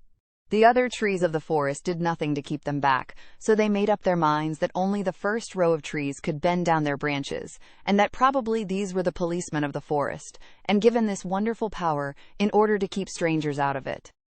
The four travelers walked with ease through the trees until they came to the farther edge of the wood. Then, to their surprise, they found before them a high wall, which seemed to be made of white china. It was smooth, like the surface of a dish, and higher than their heads. "What shall we do now?" asked Dorothy. "I will make a ladder," said the Tin Woodman, "for we certainly must climb over the wall." Chapter 20. The Dainty China Country. While the Woodman was making a ladder from wood, which he found in the forest, Dorothy lay down and slept, for she was tired by the long walk. The lion also curled himself up to sleep, and Toto lay beside him. The Scarecrow watched the Woodman while he worked, and said to him, "I cannot think why this wall is here, nor what it is made of." "Rest your brains and do not worry about the wall," replied the Woodman.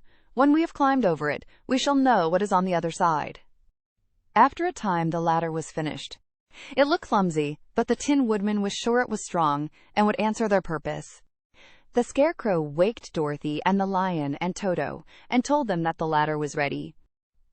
The Scarecrow climbed up the ladder first, but he was so awkward that Dorothy had to follow close behind and keep him from falling off. When he got his head over the top of the wall, the Scarecrow said, "Oh my!" "Go on," exclaimed Dorothy. So the Scarecrow climbed farther up and sat down on the top of the wall, and Dorothy put her head over and cried, "Oh my!" just as the Scarecrow had done. Then Toto came up and immediately began to bark, but Dorothy made him be still.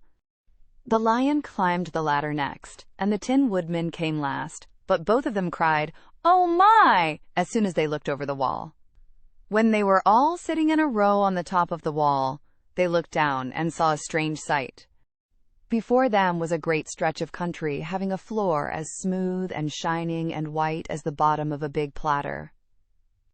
Scattered around were many houses made entirely of china and painted in the brightest colors. These houses were quite small, the biggest of them reaching only as high as Dorothy's waist. There were also pretty little barns, with china fences around them, and many cows and sheep and horses and pigs and chickens, all made of china, were standing about in groups. But the strangest of all were the people who lived in this queer country.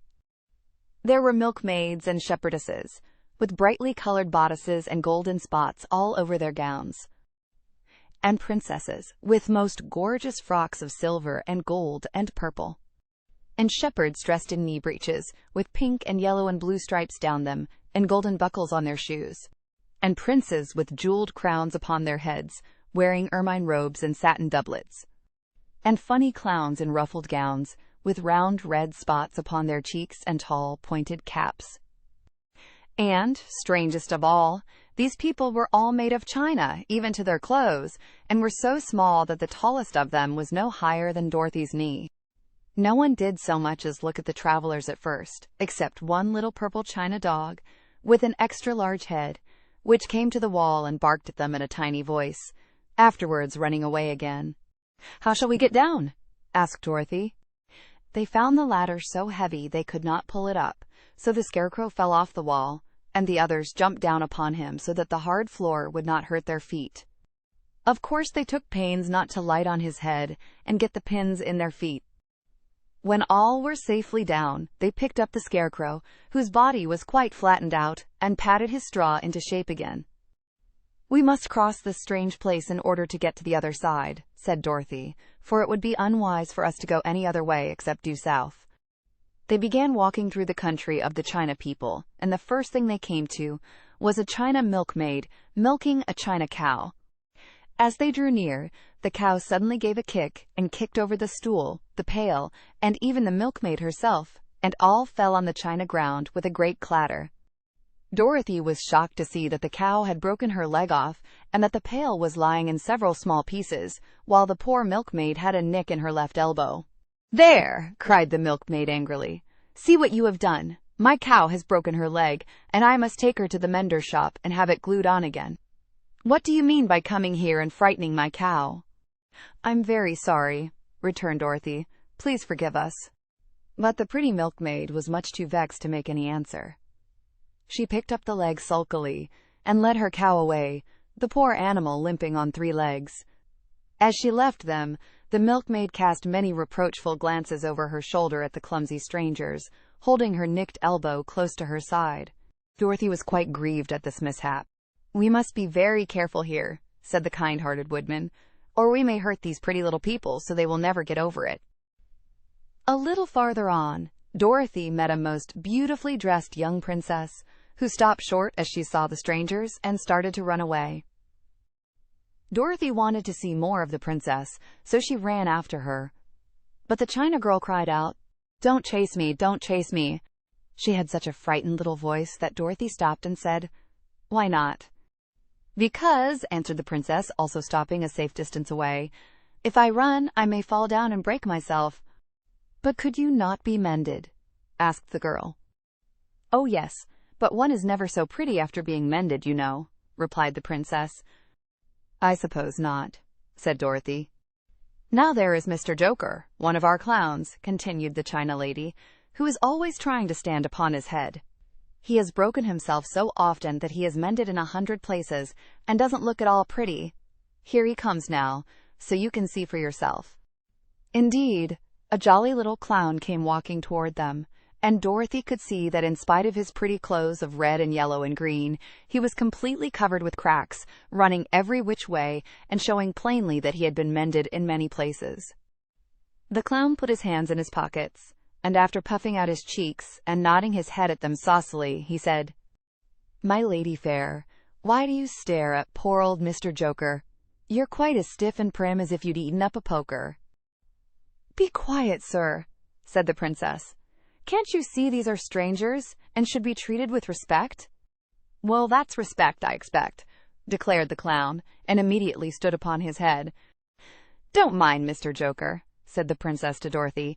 "He is considerably cracked in his head, and that makes him foolish." "Oh, I don't mind him a bit," said Dorothy. "But you are so beautiful," she continued, "that I am sure I could love you dearly. Won't you let me carry you back to Kansas and stand you on Aunt Em's mantle? I could carry you in my basket." "That would make me very unhappy," answered the China princess. "You see, here in our country, we live contentedly and can talk and move around as we please. But whenever any of us are taken away, our joints at once stiffen, and we can only stand straight and look pretty. Of course, that is all that is expected of us when we are on mantels and cabinets and drawing-room tables, but our lives are much pleasanter here in our own country." "I would not make you unhappy for all the world," exclaimed Dorothy. "So I'll just say goodbye." "Goodbye," replied the princess. They walked carefully through the China country. The little animals and all the people scampered out of their way, fearing the strangers would break them, and after an hour or so, the travelers reached the other side of the country and came to another China wall. It was not so high as the first, however, and by standing upon the lion's back, they all managed to scramble to the top. Then the lion gathered his legs under him and jumped on the wall, but just as he jumped, he upset a china church with his tail and smashed it all to pieces. "That was too bad," said Dorothy. "But really I think we were lucky in not doing these little people more harm than breaking a cow's leg in a church. They are all so brittle." "They are indeed," said the Scarecrow, "and I am thankful I am made of straw and cannot be easily damaged. There are worse things in the world than being a scarecrow." Chapter 21. The Lion Becomes the King of Beasts. After climbing down from the China wall, the travelers found themselves in a disagreeable country, full of bogs and marshes and covered with tall, rank grass. It was difficult to walk without falling into muddy holes, for the grass was so thick that it hid them from sight.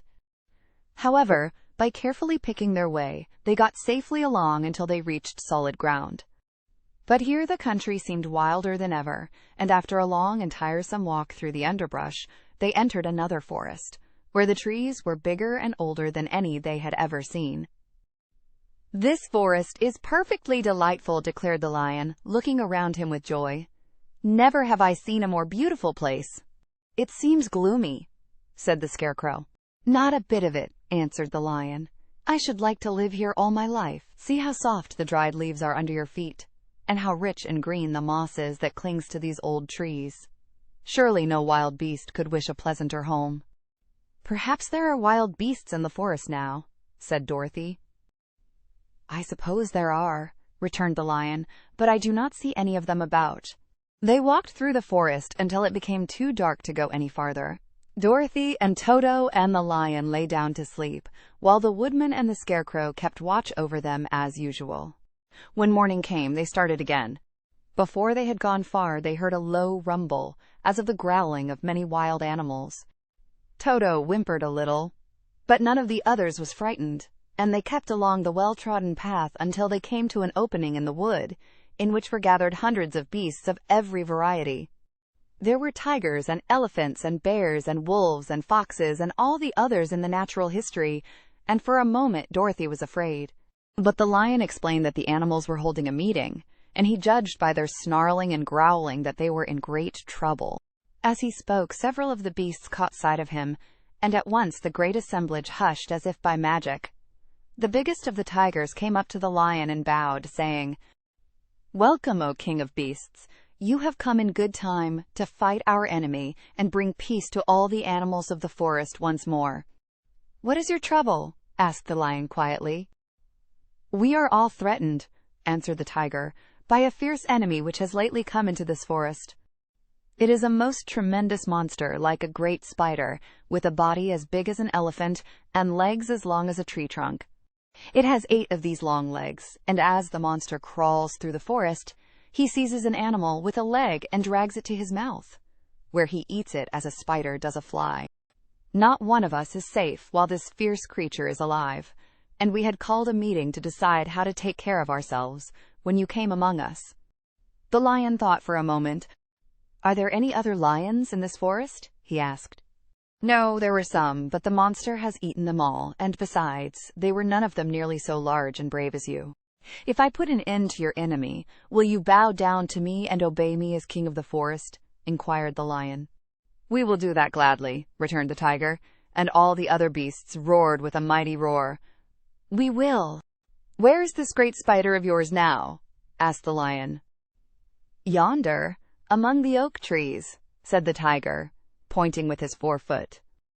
"Take good care of these friends of mine," said the lion, "and I will go at once to fight the monster." He bade his comrades goodbye and marched proudly away to do battle with the enemy. The great spider was lying asleep when the lion found him, and it looked so ugly that its foe turned up his nose in disgust. Its legs were quite as long as the tiger had said, and its body covered with coarse black hair. It had a great mouth, with a row of sharp teeth a foot long, but its head was joined to the pudgy body by a neck as slender as a wasp's waist.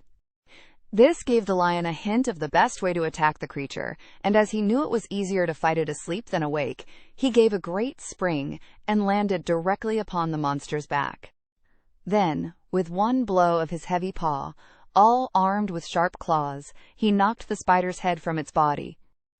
Jumping down, he watched it until the long legs stopped wiggling, when he knew it was quite dead. The lion went back to the opening where the beasts of the forest were waiting for him and said proudly, "You need fear your enemy no longer." Then the beasts bowed down to the lion as their king, and he promised to come back and rule over them as soon as Dorothy was safely on her way to Kansas. Chapter 22. The Country of the Quadlings. The 4 travelers passed through the rest of the forest in safety, and when they came out from its gloom, saw before them a steep hill, covered from top to bottom with great pieces of rock. "That will be a hard climb," said the Scarecrow, "but we must get over the hill nevertheless." So he led the way, and the others followed. They had nearly reached the first rock when they heard a rough voice cry out, "Keep back!" "Who are you?" asked the Scarecrow. Then a head showed itself over the rock, and the same voice said, "This hill belongs to us, and we don't allow anyone to cross it." "But we must cross it," said the Scarecrow. "We're going to the country of the Quadlings." "But you shall not," replied the voice, and there stepped from behind the rock the strangest man the travelers had ever seen. He was quite short and stout, and had a big head, which was flat at the top and supported by a thick neck full of wrinkles. But he had no arms at all, and, seeing this, the Scarecrow did not fear that so helpless a creature could prevent them from climbing the hill. So he said, "I'm sorry not to do as you wish, but we must pass over your hill whether you like it or not," and he walked boldly forward. As quick as lightning the man's head shot forward, and his neck stretched out until the top of the head, where it was flat, struck the Scarecrow in the middle and sent him tumbling, over and over, down the hill. Almost as quickly as it came, the head went back to the body, and the man laughed harshly as he said, "It isn't as easy as you think." A chorus of boisterous laughter came from the other rocks, and Dorothy saw hundreds of the armless hammerheads upon the hillside, one behind every rock. The lion became quite angry at the laughter caused by the Scarecrow's mishap, and giving a loud roar that echoed like thunder, he dashed up the hill. Again a head shot swiftly out, and the great lion went rolling down the hill as if he had been struck by a cannonball. Dorothy ran down and helped the Scarecrow to his feet, and the lion came up to her, feeling rather bruised and sore, and said, "It is useless to fight people with shooting heads. No one can withstand them." "What can we do then?" she asked. "Call the winged monkeys," suggested the Tin Woodman. "You have still the right to command them once more." "Very well," she answered, and putting on the golden cap she uttered the magic words. The monkeys were as prompt as ever, and in a few moments the entire band stood before her. "What are your commands?" inquired the King of the Monkeys, bowing low. "Carry us over the hill to the country of the Quadlings," answered the girl. "It shall be done," said the king, and at once the winged monkeys caught the four travelers and Toto up in their arms and flew away with them. As they passed over the hill, the hammerheads yelled with vexation and shot their heads high in the air, but they could not reach the winged monkeys, which carried Dorothy and her comrades safely over the hill and set them down in the beautiful country of the Quadlings. "This is the last time you can summon us," said the leader to Dorothy, "so goodbye and good luck to you."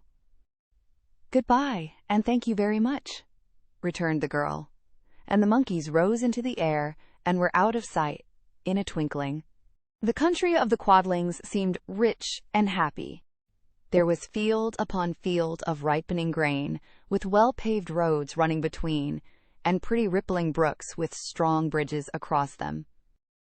The fences and houses and bridges were all painted bright red, just as they had been painted yellow in the country of the Winkies and blue in the country of the Munchkins.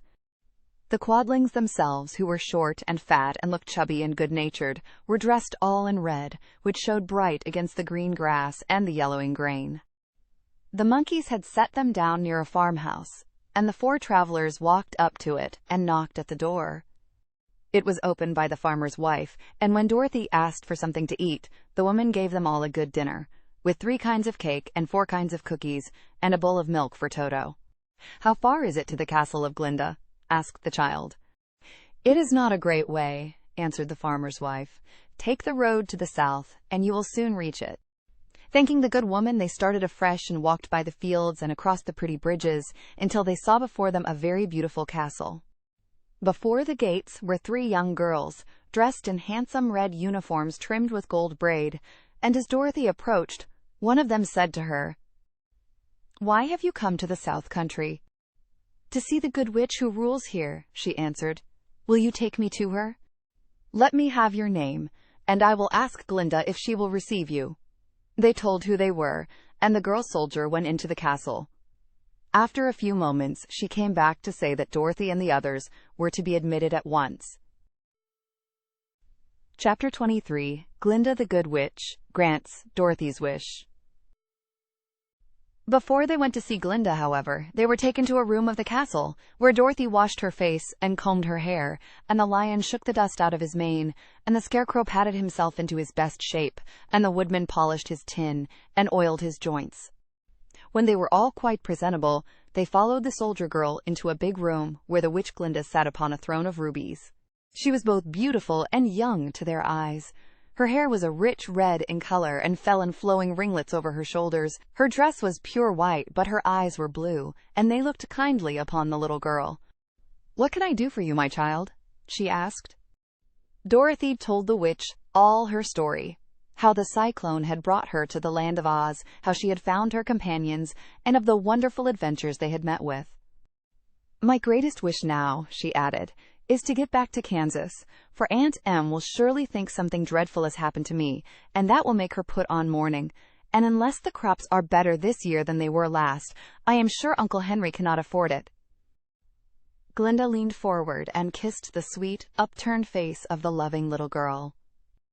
"Bless your dear heart," she said. "I am sure I can tell you of a way to get back to Kansas." Then she added, "But, if I do, you must give me the golden cap." "Willingly," exclaimed Dorothy. "Indeed, it is of no use to me now, and when you have it, you can command the winged monkeys 3 times. "And I think I shall need their service just those 3 times, answered Glinda, smiling. Dorothy then gave her the golden cap, and the witch said to the Scarecrow, "What will you do when Dorothy has left us?" "I will return to the Emerald City," he replied, "for Oz has made me its ruler and the people like me. The only thing that worries me is how to cross the hill of the Hammerheads. By means of the golden cap, I shall command the winged monkeys to carry you to the gates of the Emerald City," said Glinda, "for it would be a shame to deprive the people of so wonderful a ruler." "Am I really wonderful?" asked the Scarecrow. "You are unusual," replied Glinda. Turning to the Tin Woodman, she asked, "What will become of you when Dorothy leaves this country?" He leaned on his axe and thought a moment. Then he said, "The Winkies were very kind to me, and wanted me to rule over them after the Wicked Witch died. I am fond of the Winkies, and if I could get back again to the country of the West, I should like nothing better than to rule over them forever." "My second command to the winged monkeys," said Glinda, "will be that they carry you safely to the land of the Winkies. Your brain may not be so large to look at as those of the Scarecrow, but you are really brighter than he is, when you are well polished, and I am sure you will rule the Winkies wisely and well." Then the witch looked at the big, shaggy lion and asked, "When Dorothy has returned to her own home, what will become of you?" "Over the hill of the Hammerheads," he answered, "lies a grand old forest, and all the beasts that live there have made me their king. If I could only get back to this forest, I would pass my life very happily there." "My third command to the winged monkeys," said Glinda, "shall be to carry you to your forest. Then, having used up the powers of the golden cap, I shall give it to the king of the monkeys, that he and his band may thereafter be free for evermore." The Scarecrow and the Tin Woodman and the Lion now thanked the good witch earnestly for her kindness, and Dorothy exclaimed, "You are certainly as good as you are beautiful, but you have not yet told me how to get back to Kansas." "Your silver shoes will carry you over the desert," replied Glinda. "If you had known their power, you could have gone back to your Aunt Em the very first day you came to this country." "But then I should not have had my wonderful brains," cried the Scarecrow. "I might have passed my whole life in the farmer's cornfield." "And I should not have had my lovely heart," said the Tin Woodman. "I might have stood and rusted in the forest till the end of the world." "And I should have lived a coward forever," declared the Lion. "And no beast in all the forest would have had a good word to say to me." "This is all true," said Dorothy, "and I am glad I was of use to these good friends. But now that each of them has had what he most desired, and each is happy in having a kingdom to rule besides, I think I should like to go back to Kansas." "The Silver Shoes," said the good witch, "have wonderful powers. And one of the most curious things about them is that they can carry you to any place in the world in 3 steps, and each step will be made in the wink of an eye. All you have to do is to knock the heels together 3 times and command the shoes to carry you wherever you wish to go." "If that is so," said the child joyfully, "I will ask them to carry me back to Kansas at once." She threw her arms around the lion's neck and kissed him, patting his big head tenderly. Then she kissed the Tin Woodman, who was weeping in a way most dangerous to his joints.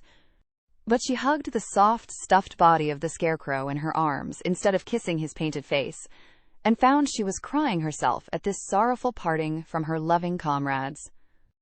Glinda the Good stepped down from her ruby throne to give the little girl a goodbye kiss, and Dorothy thanked her for all the kindness she had shown to her friends and herself. Dorothy now took Toto up solemnly in her arms, and having said one last goodbye, she clapped the heels of her shoes together 3 times, saying, "Take me home to Aunt Em." Instantly she was whirling through the air, so swiftly that all she could see or feel was the wind whistling past her ears. The Silver Shoes took but 3 steps, and then she stopped so suddenly that she rolled over upon the grass several times before she knew where she was. At length, however, she sat up and looked about her. "Good gracious!" she cried. For she was sitting on the broad Kansas prairie, and just before her was the new farmhouse Uncle Henry built, after the cyclone had carried away the old one. Uncle Henry was milking the cows in the barnyard, and Toto had jumped out of her arms and was running toward the barn, barking furiously. Dorothy stood up and found she was in her stocking feet, for the Silver Shoes had fallen off in her flight through the air, and were lost forever in the desert. Chapter 24. Home Again. Aunt Em had just come out of the house to water the cabbages when she looked up and saw Dorothy running toward her. My darling child, she cried, folding the little girl in her arms and covering her face with kisses. Where in the world did you come from? From the land of Oz, said Dorothy gravely. And here's Toto, too. And oh, Aunt Em, I'm so glad to be at home again. Thank you for tuning in to vibeBooks. We hope you enjoyed this journey. Please consider liking, commenting, and subscribing to our channel. Check out our playlist or explore vibeBooks for more classic stories. Until next time, happy listening.